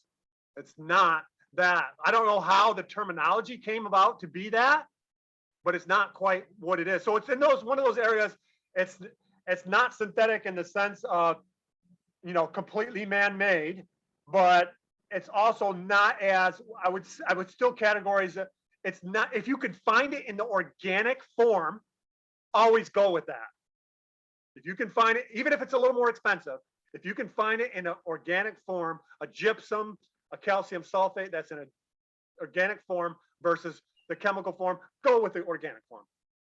But if you can't, and your soil, your plants need that particular mineral, don't be afraid to add it in the system in a proper balanced way. Okay, thank you. That answers my question. Maybe now you can go to the part that you wanted to present, maybe the soil biology as. Oh, we got a question over here from Fred. Oh. Yeah. Hello. Go ahead. Okay, my question is, I think the term synthetic here may be the environment in which the elements are being combined. Right, in a lab. Chemical reactions do not exist or do not happen by taking one element and another and then combining. We know there are other cofactors such as organisms in the soil, right, together with other trace elements within which they form the matrix where the chemical reactions take place. But now take an example where man takes an element and another one and creates an artificial environment, which I would call synthetic, to bring up a compound. Now, that is where we have the problem. Yes. In nature, things do not happen singularly. Right. It's a matrix that involves so many things. I think synthetic or the artificial environment is the issue here, according to me. Correct. Yes, that's Thank a you. very good way of explaining it. Very good way of explaining it. Because yeah, you're not in the natural environment, calcium and phosphate, it's also probably going to be mixed with zinc or iron. There's going to be, it's a compound that's multiple things that are wrapped around the structure that the biology needs to break apart and give to the plant, where man has made it, oh, this is just these two things, and it's very water soluble, it's very easy, get it right to the plant, and everything like that. He's absolutely right. And that's why they're calling it synthetic. So yeah, we need to respect it and be careful with it, but I don't believe it's something that has to be completely hands off. I know me and the people that I am learning from in the regenerative agriculture, a lot of times we call it beyond organic, because these people are learning how to use things and do things in a way that is going far above what strict organic principles are taking people. Because the organic people have not been able to produce the plants that are completely pest and disease resistant, where people that are getting involved in regenerative agriculture and beyond organic principles and really diving in and respecting all the areas and using what is necessary. These people, it's not just a theory, these people are actually growing plants, and they have testimonials that they named the diseases, the particular John Kemp and stuff like that. They've named it that they've been able to beat all of these diseases in the environment, learning the things that they've learned. They've figured out what is going on, and that these plants can be grown in an environment and be completely pest and disease resistant, right to the point. He even gave an example of a situation you guys may experience this more in Africa, and that is locust swarms, and how devastating locust swarms can be, and they can come in and just wipe out everything in an environment where a plant is grown and is completely pest and disease resistant. They've experienced it where everything around a particular field that has been grown just right, the locusts stayed away from that, and they annihilated everything else outside of that in that environment. We're talking about that degree of thing where the locusts wouldn't even touch these type of things. And we're talking about a grown crop, not just something that's wild that they don't like. We're talking about a crop that they would normally just go in and devastate, but they don't, because people are learning how to grow these plants in a way that these plants are having an optimum immunity. And that's what we're talking about, and being able to accomplish this particular goal. Well, Corey, to simplify what you're saying, it's what you're talking about is creating an ecosystem that's conducive to getting back to the way God intended things to be. And that's it's the same thing, because I've studied anatomy, cellular biology, anatomy to this very level, and there's so many parallels and similarities to what you're talking about, even though I haven't studied directly agriculture to the level you have. But my point is, you're talking about creating an ecosystem and creating an environment that's closer to the way God intended things to be, and that is going to eradicate a lot of your problems. And then maybe from that point, you can get like problem specific if you need to go further. Is that right? Correct? Well, yeah, if you think about it, I mean, right after sin, there was a curse. There was a curse. And the way I understand that curse ultimately is, there's going to be soil degradation, and minerals are going to be lost. Various things are going to happen. And then, of course, we have the flood. And then Ellen White even talks about the soil degradation over time and everything. And that's what's going on. And we're trying to go, wait a second here. We need to try to restore as much as possible. We're never going to have it as perfect as it was in Eden. The curse, we're not going to overcome the curse. We're just talking about how can we get to the place as best as we can. It's all a learning process. And you maybe in some plants you're able to achieve, it's like, okay, we've reached a place, and in these particular plants we have no pest and disease resistance. But maybe it takes you longer to figure out in some other plants or whatever, these type of things. I'm not saying that we're going to necessarily achieve absolute perfection in every single regard across the border, but we're trying the best we can, and we're learning. And one thing I've learned is the complexity of chemistry and the super complexity of biology is something we're just never going to fully understand all of it. It's just not going to happen this side of heaven, and it is what it is. And so we can just do the best we can. Now, we do raise the question is how far does God want us to go with this? And I really don't know the answer to that particular question at this particular time.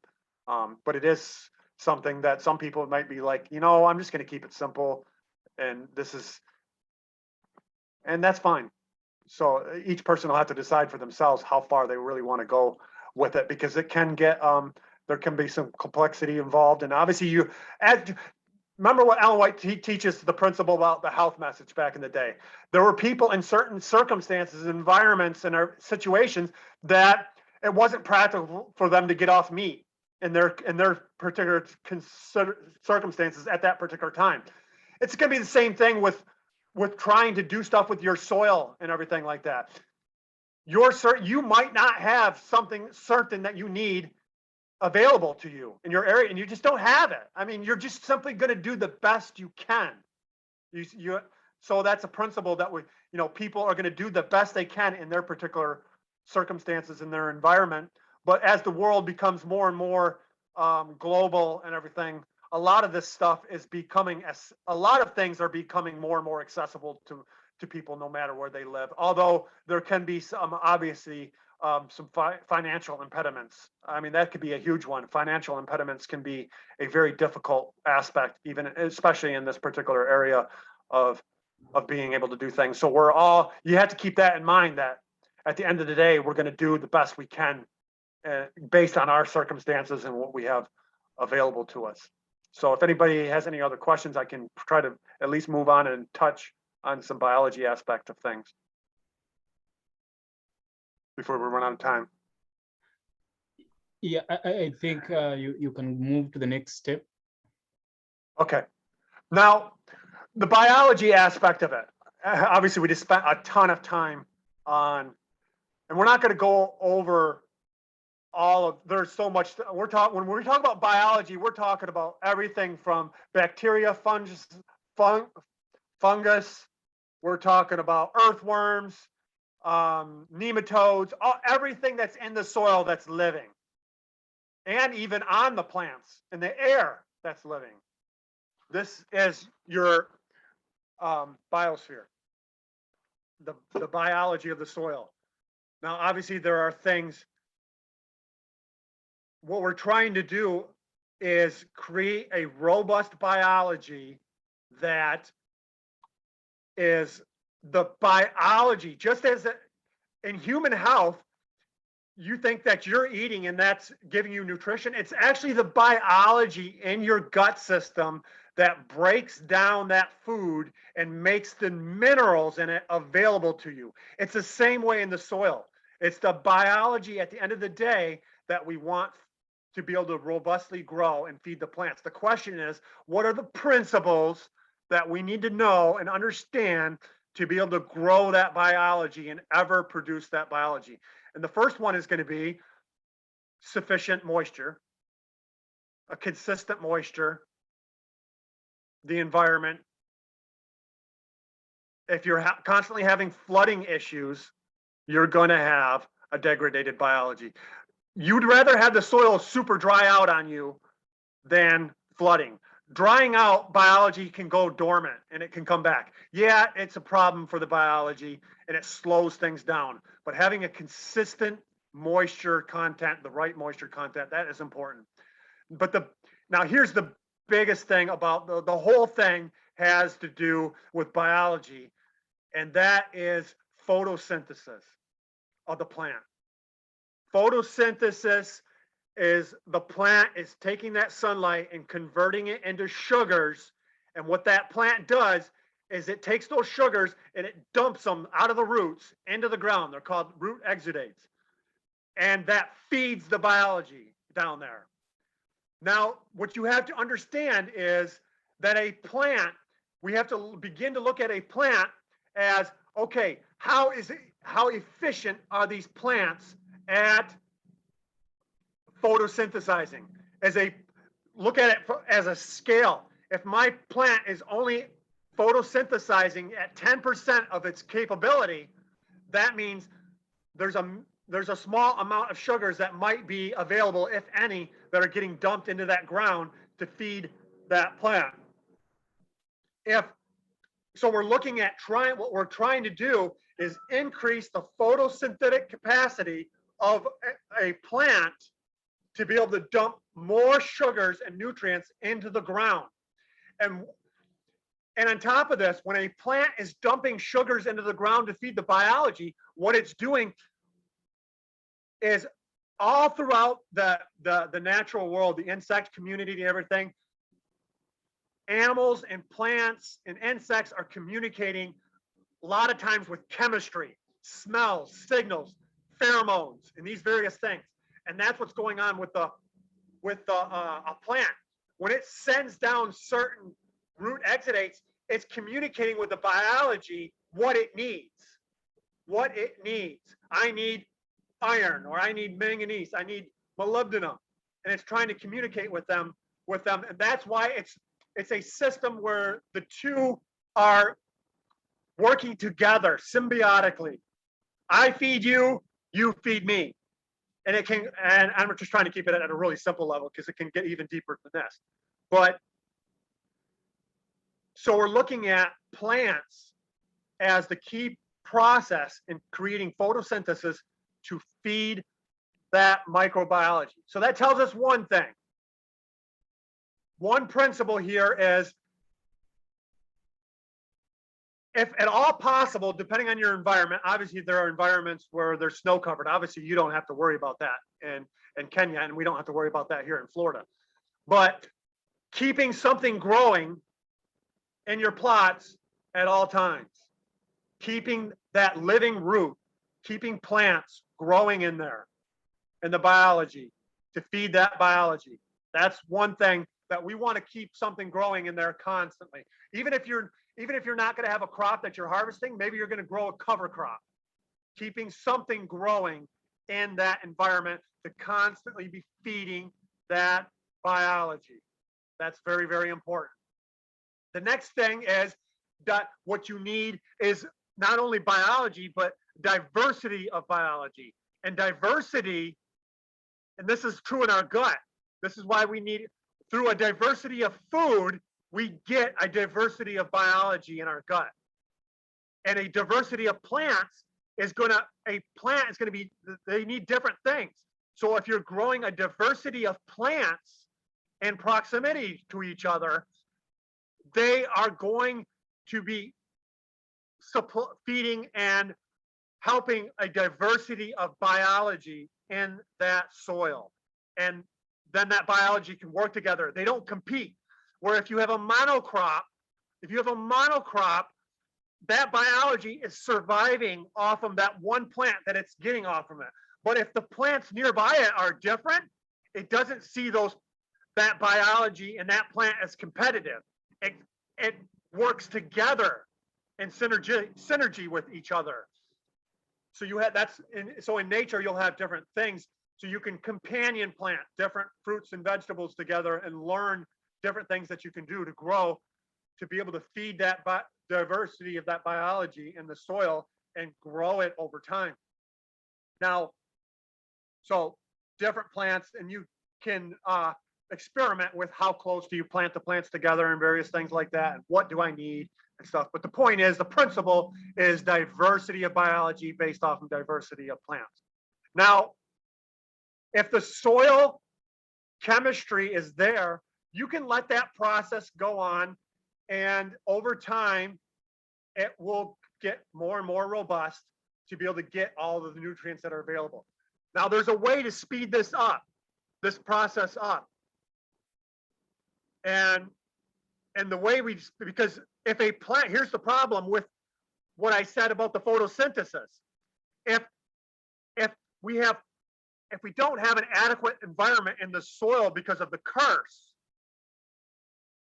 then the plant is going to have some deficiencies. If that plant has deficiencies, photosynthesis is going to suffer. And therefore the biology is not getting the sugar. that it needs to be able to grow. And we have a system that's like, okay, it's locked up. It's not going to grow like it needs to grow, or it's going to grow very slowly. And this is where foliar feeding comes in. And learning about foliar feeding, plants can absorb practically almost all of the minerals through the leaves to a degree. And we can get, and you can get, I can get these, at least here in my area, in an organic form. There's, but basically foliar spraying, and there's various tests you can do that you can send into a lab, like a leaf test or whatnot, or you can learn to look, to a degree, I should say, you can learn to look at plants and learn, okay, is there a magnesium deficiency here? Is there an iron deficiency? And we can go in this later. How do you tell when I see some yellowing in my plants, which mineral deficiency am I seeing in this? And it's not always easy, but we can learn to be able to tell what type of deficiency might be existing in this plant and what is the cause of, remember, the curse without a cause does not come. So what is the cause? Sometimes we may think, okay, this plant has a deficiency of iron. And we may think, okay, the ground needs more iron. That may not be the case. There may be plenty, there probably is plenty of iron. There may be just some other, it may be a pH issue. Maybe the pH is so high and that's locking up the iron so it's not available. It's not an issue of needing more iron. It's an issue of needing to fix the pH so the plant can get it. So there's some complexity involved in there, and the biology will help fix that. But through foliar feeding is the method we use to increase the speed of this situation, because by foliar feeding, you can do this with compost teas, through finding out which mineral is needed and spraying these on to the plant, and that will increase by the plant being able to get what it needs there. And we're using this as a short-term crutch, a short-term thing. Ultimately, we want that plant to get everything it needs from the soil. But in the short term, if it doesn't have it, we can spray it onto the plant and the plant can begin to get it, increase its photosynthetic capacity, which then dumps more sugar into the ground, which then feeds that biology, which allows that biology to get more robust to get the plant what it needs. So eventually, over time, we can get to the place where we no longer need that foliar spray anymore. We can just, now we're eventually, the ultimate goal in a perfect situation, the ultimate goal is that the soil has an abundance of all the minerals that it needs, and that what we've done is created an environment where the biology has become so robust that it's able to, the biology is able to mine all the minerals. And we are finding there are situations where people are like, okay, I've gone 10 years without having to add any nutrients whatsoever into the soil. And because of various practices and stuff, cover cropping is a very good way to put plants in there just to feed the biology. Knock those cover crops down, let the earthworms come up, eat those plants, bring it back down, bring the nutrients back down, and feeding that particular biology. And there's various things that we can use also as far as putting on the soil. But the study of, I'm just trying to give it to you in a really simple form of the principles of what we can do. You don't have to do the foliar spraying, but it will benefit and it will increase the speed at trying to obtain a desired goal. We can go into that further.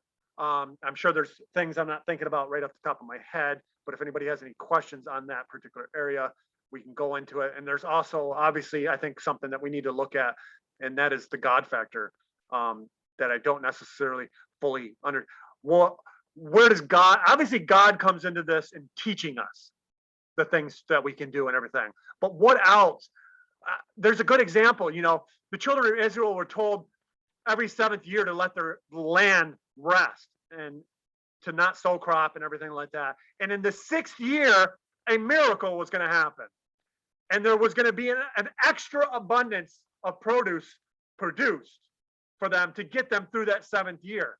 There's no natural explanation for that whatsoever, other than a miracle from God.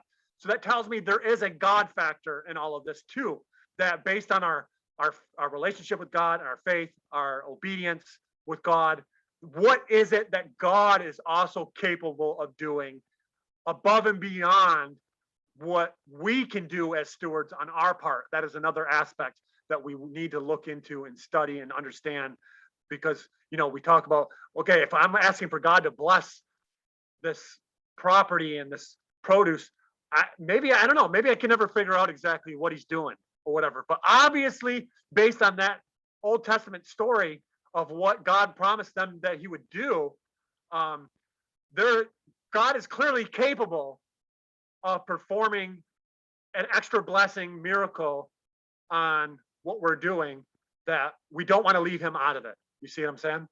We want to be able to realize that there is a God factor. And I think this is the area that even the regenerative agriculture people that I'm learning from, that there's something even extra, another step, and that is the God factor that we can go to, that we can even potentially take this to even another higher level than what these potentially worldly people or people that are not of our faith, that don't know that to have the light the extent that we do. We can take this to a whole new another level. So if anybody has any questions on the biology aspect and other things that we can do, you might stimulate my mind to remember some things, but I'm trying to just keep it simple right now, but we'll turn it over to you guys for any questions you might have. I do have one more thing I want to say. And that is the area, because Curtis had asked the question, that is biological stimulants or actually adding biology into the soil. Whether we're perching biology, I think you have to be careful, because a lot of it is bogus. And I'll teach you in a second how to make your own inoculants, biological inoculants. But you can add biological inoculants, particularly the area that it's most beneficial is when you're planting a seed. If you coat that seed with a biology and plant that seed, when it germinates, it will already have the biology on it, and it will start growing. And if you save your seed, we as human beings and as plants, we have biology that actually lives in us. And biology will actually live and be in the seed, and it will help germinate that seed and everything like that. And over time, as your system gets better, your seed will get better, and epigenetics will begin to change and change to fit and adapt, and even get the plant will begin to manifest itself because of a more favorable environment, and it will begin to produce and do better than and we're talking about even an heirloom. It will get better and better every year as things get better, because that seed will actually have more biology in it from your system. And so that's an area. But to create our own biology and not have to necessarily buy it, make yourself what we call it, type this down. Johnson,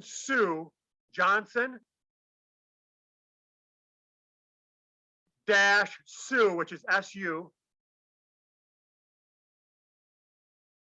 bioreactor.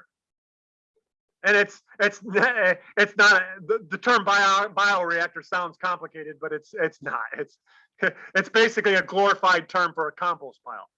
Will you repeat that? Huh? Will you repeat what you said, John? Johnson Sue, Johnson Sue, SU. Just no E. And then the last word is bioreactor, which is a glorified term for a compost pile. Okay. That's all it is. And type in this name, because this guy has some videos where he's adapted the system a little bit. And I think he's made some really good adjustments to it. Type in this name. You can find this guy on YouTube. Diego. Yep. Diego Footer. Footer.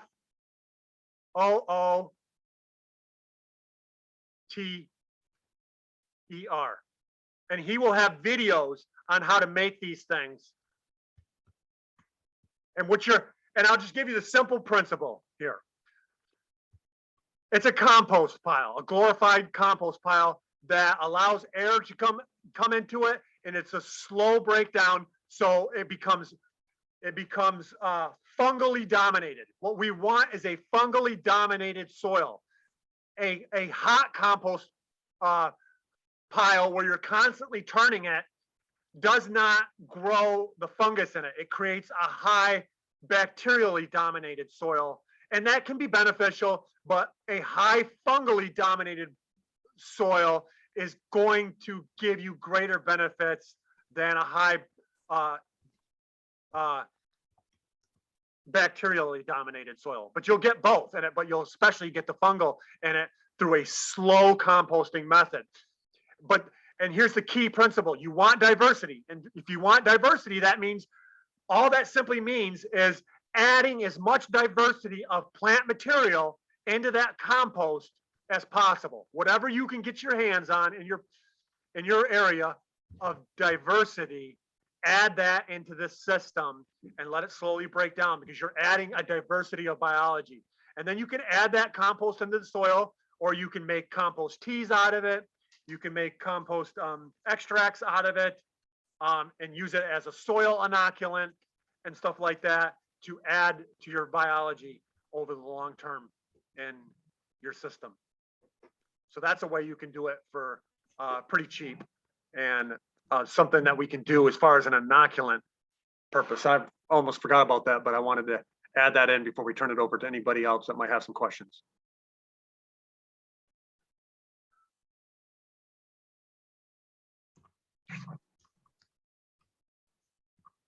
Almost done.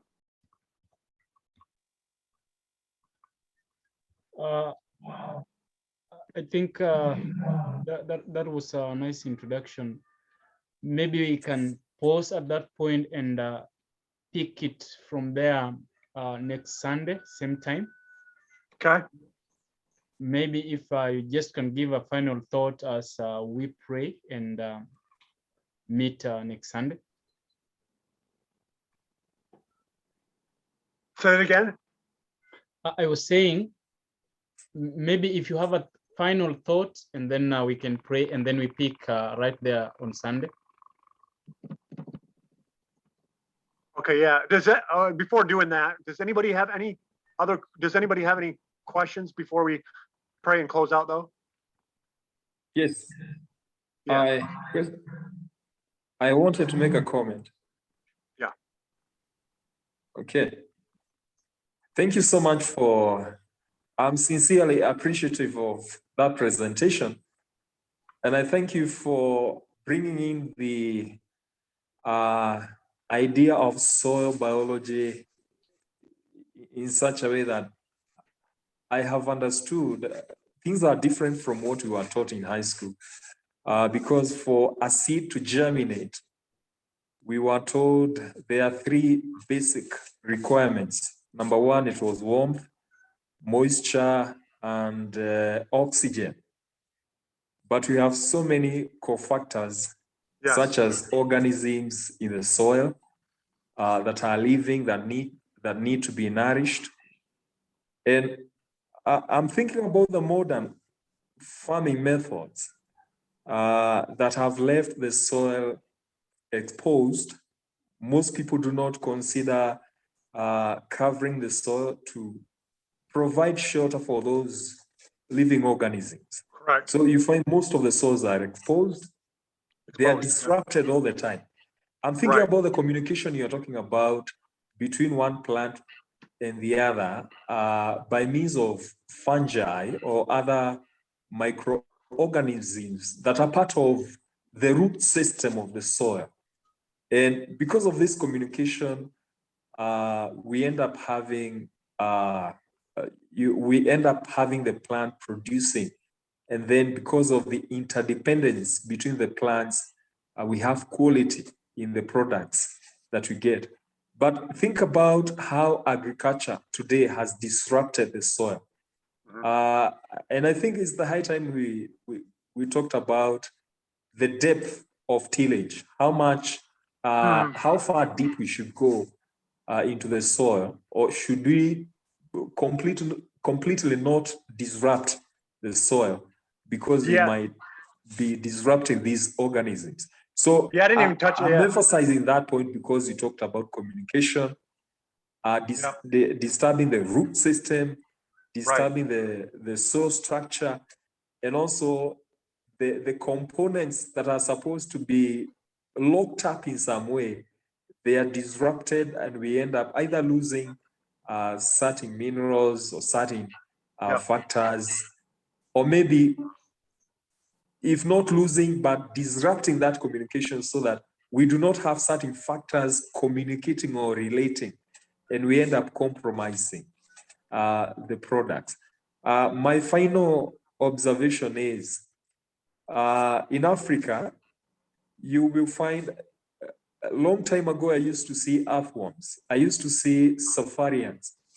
I used to see certain living organisms. Others are visible, others might be microscopic. But I'm thinking about today, where it's so difficult to get an earthworm in most pieces of land. And I'm wondering, if we do not get those organisms today, should we also think that it is not possible to get life? The food that we get from those pieces of land cannot be expected to give us good health if living organisms cannot be found in those soils. So that is my worry. Now that we have lost the organisms, should you also think that we are losing? That is the reason why we are losing our health. That was my observation. And I know we will talk much in later discussions. Thank you. Yeah, maybe we can, that was something I totally left out, the issue of tillage and its impact on the biology. That obviously is a big thing. And tillage has its place, I believe. But at the same time, there's a principle that's involved in here. I mean, the whole purpose of tillage is to so you can get air to be able to go through and function in the soil. And is tillage absolutely necessary in every single context? I think we have to take tillage based on a context type thing. Certain circumstances may require it. Others, we may be able to find better ways to ultimately accomplish the same thing without necessarily disturbing it. In my particular case, what I just did, I just got this big garden set up, and it's the first time. I haven't done anything with it, and I amended it. I tilled everything in the first time.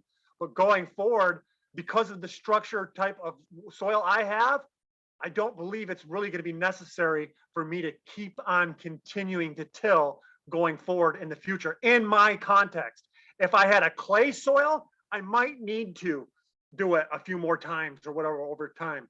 But tilling definitely does have some negative effects on biology. It also, we can talk about this a little bit more next time. It's called oxidation of minerals, particularly iron and manganese. They're available to plants in certain forms, but when oxygen hits it, oxygen oxidizes the stuff and changes it into the iron into a form that's not actually plant available, or manganese that's not available. And you actually, even though your pH is right, you're not able to get the mineral now.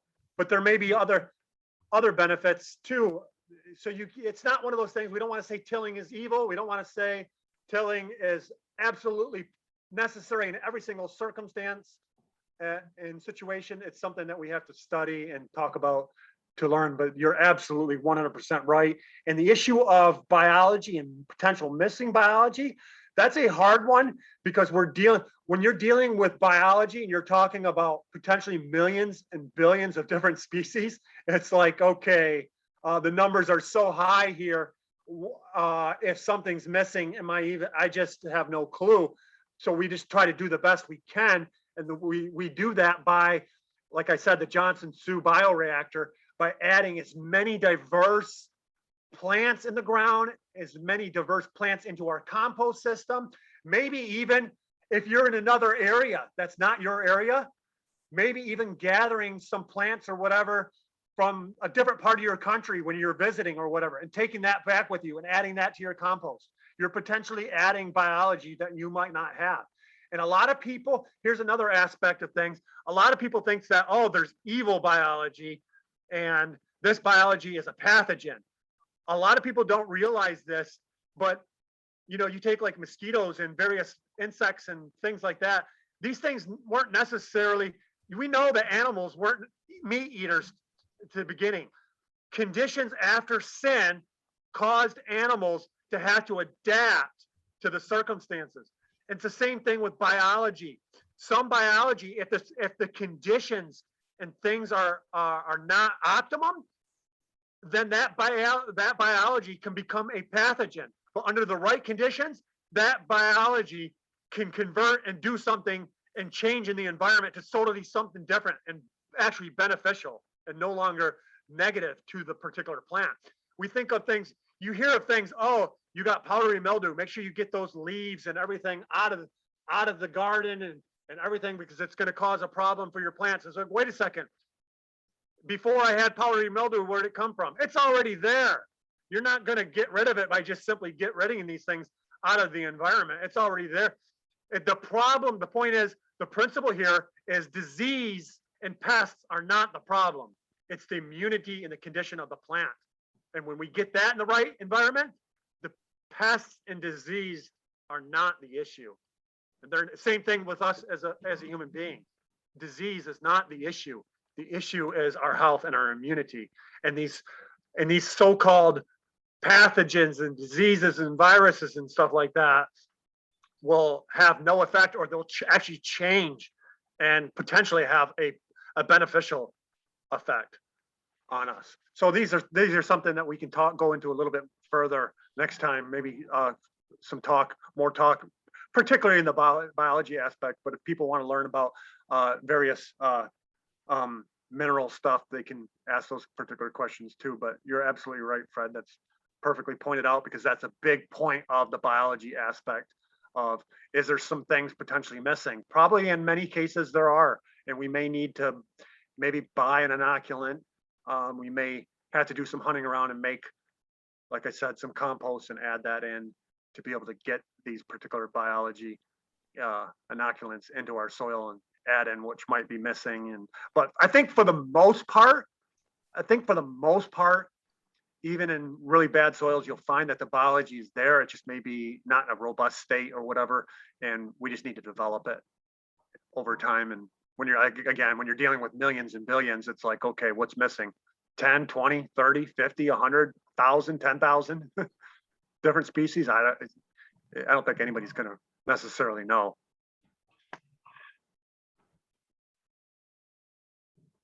Thank you so much for that. I don't know if there's anyone with a question before we close up with a word of prayer, or something to add before we close.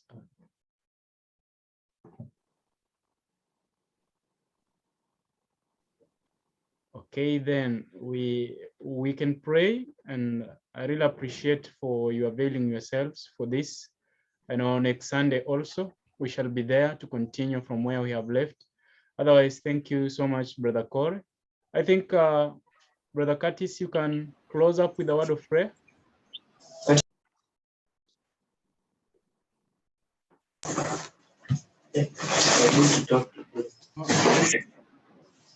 Why don't you have somebody else, because I might get interrupted over here if I start praying.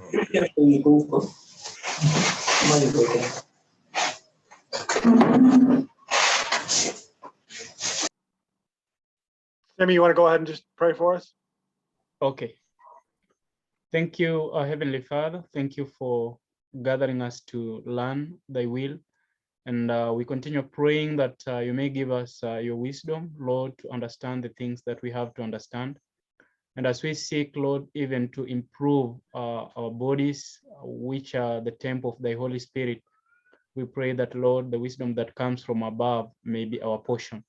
And Lord, wherever we have gone wrong, willingly, unknowingly, or unknowingly, we pray that you may forgive us, our Heavenly Father. Above all, may you continue keeping us in unity of faith, that we may speak of the same things, and at the end of the day, we may do your work, and Christ, our names may be written in the book of life. Your will be done now and forevermore. In Christ Jesus' name I pray. Amen. Amen. You know, I do want to emphasize as a final thought, just that point, because I think it's so important. that context of all of this is what we're talking about is for people that desire to understand how to grow plants that are 100% pest and disease resistant. That's important because that context changes everything. We're not trying to tell people, because people get overwhelmed with the potential complexity of a lot of this stuff.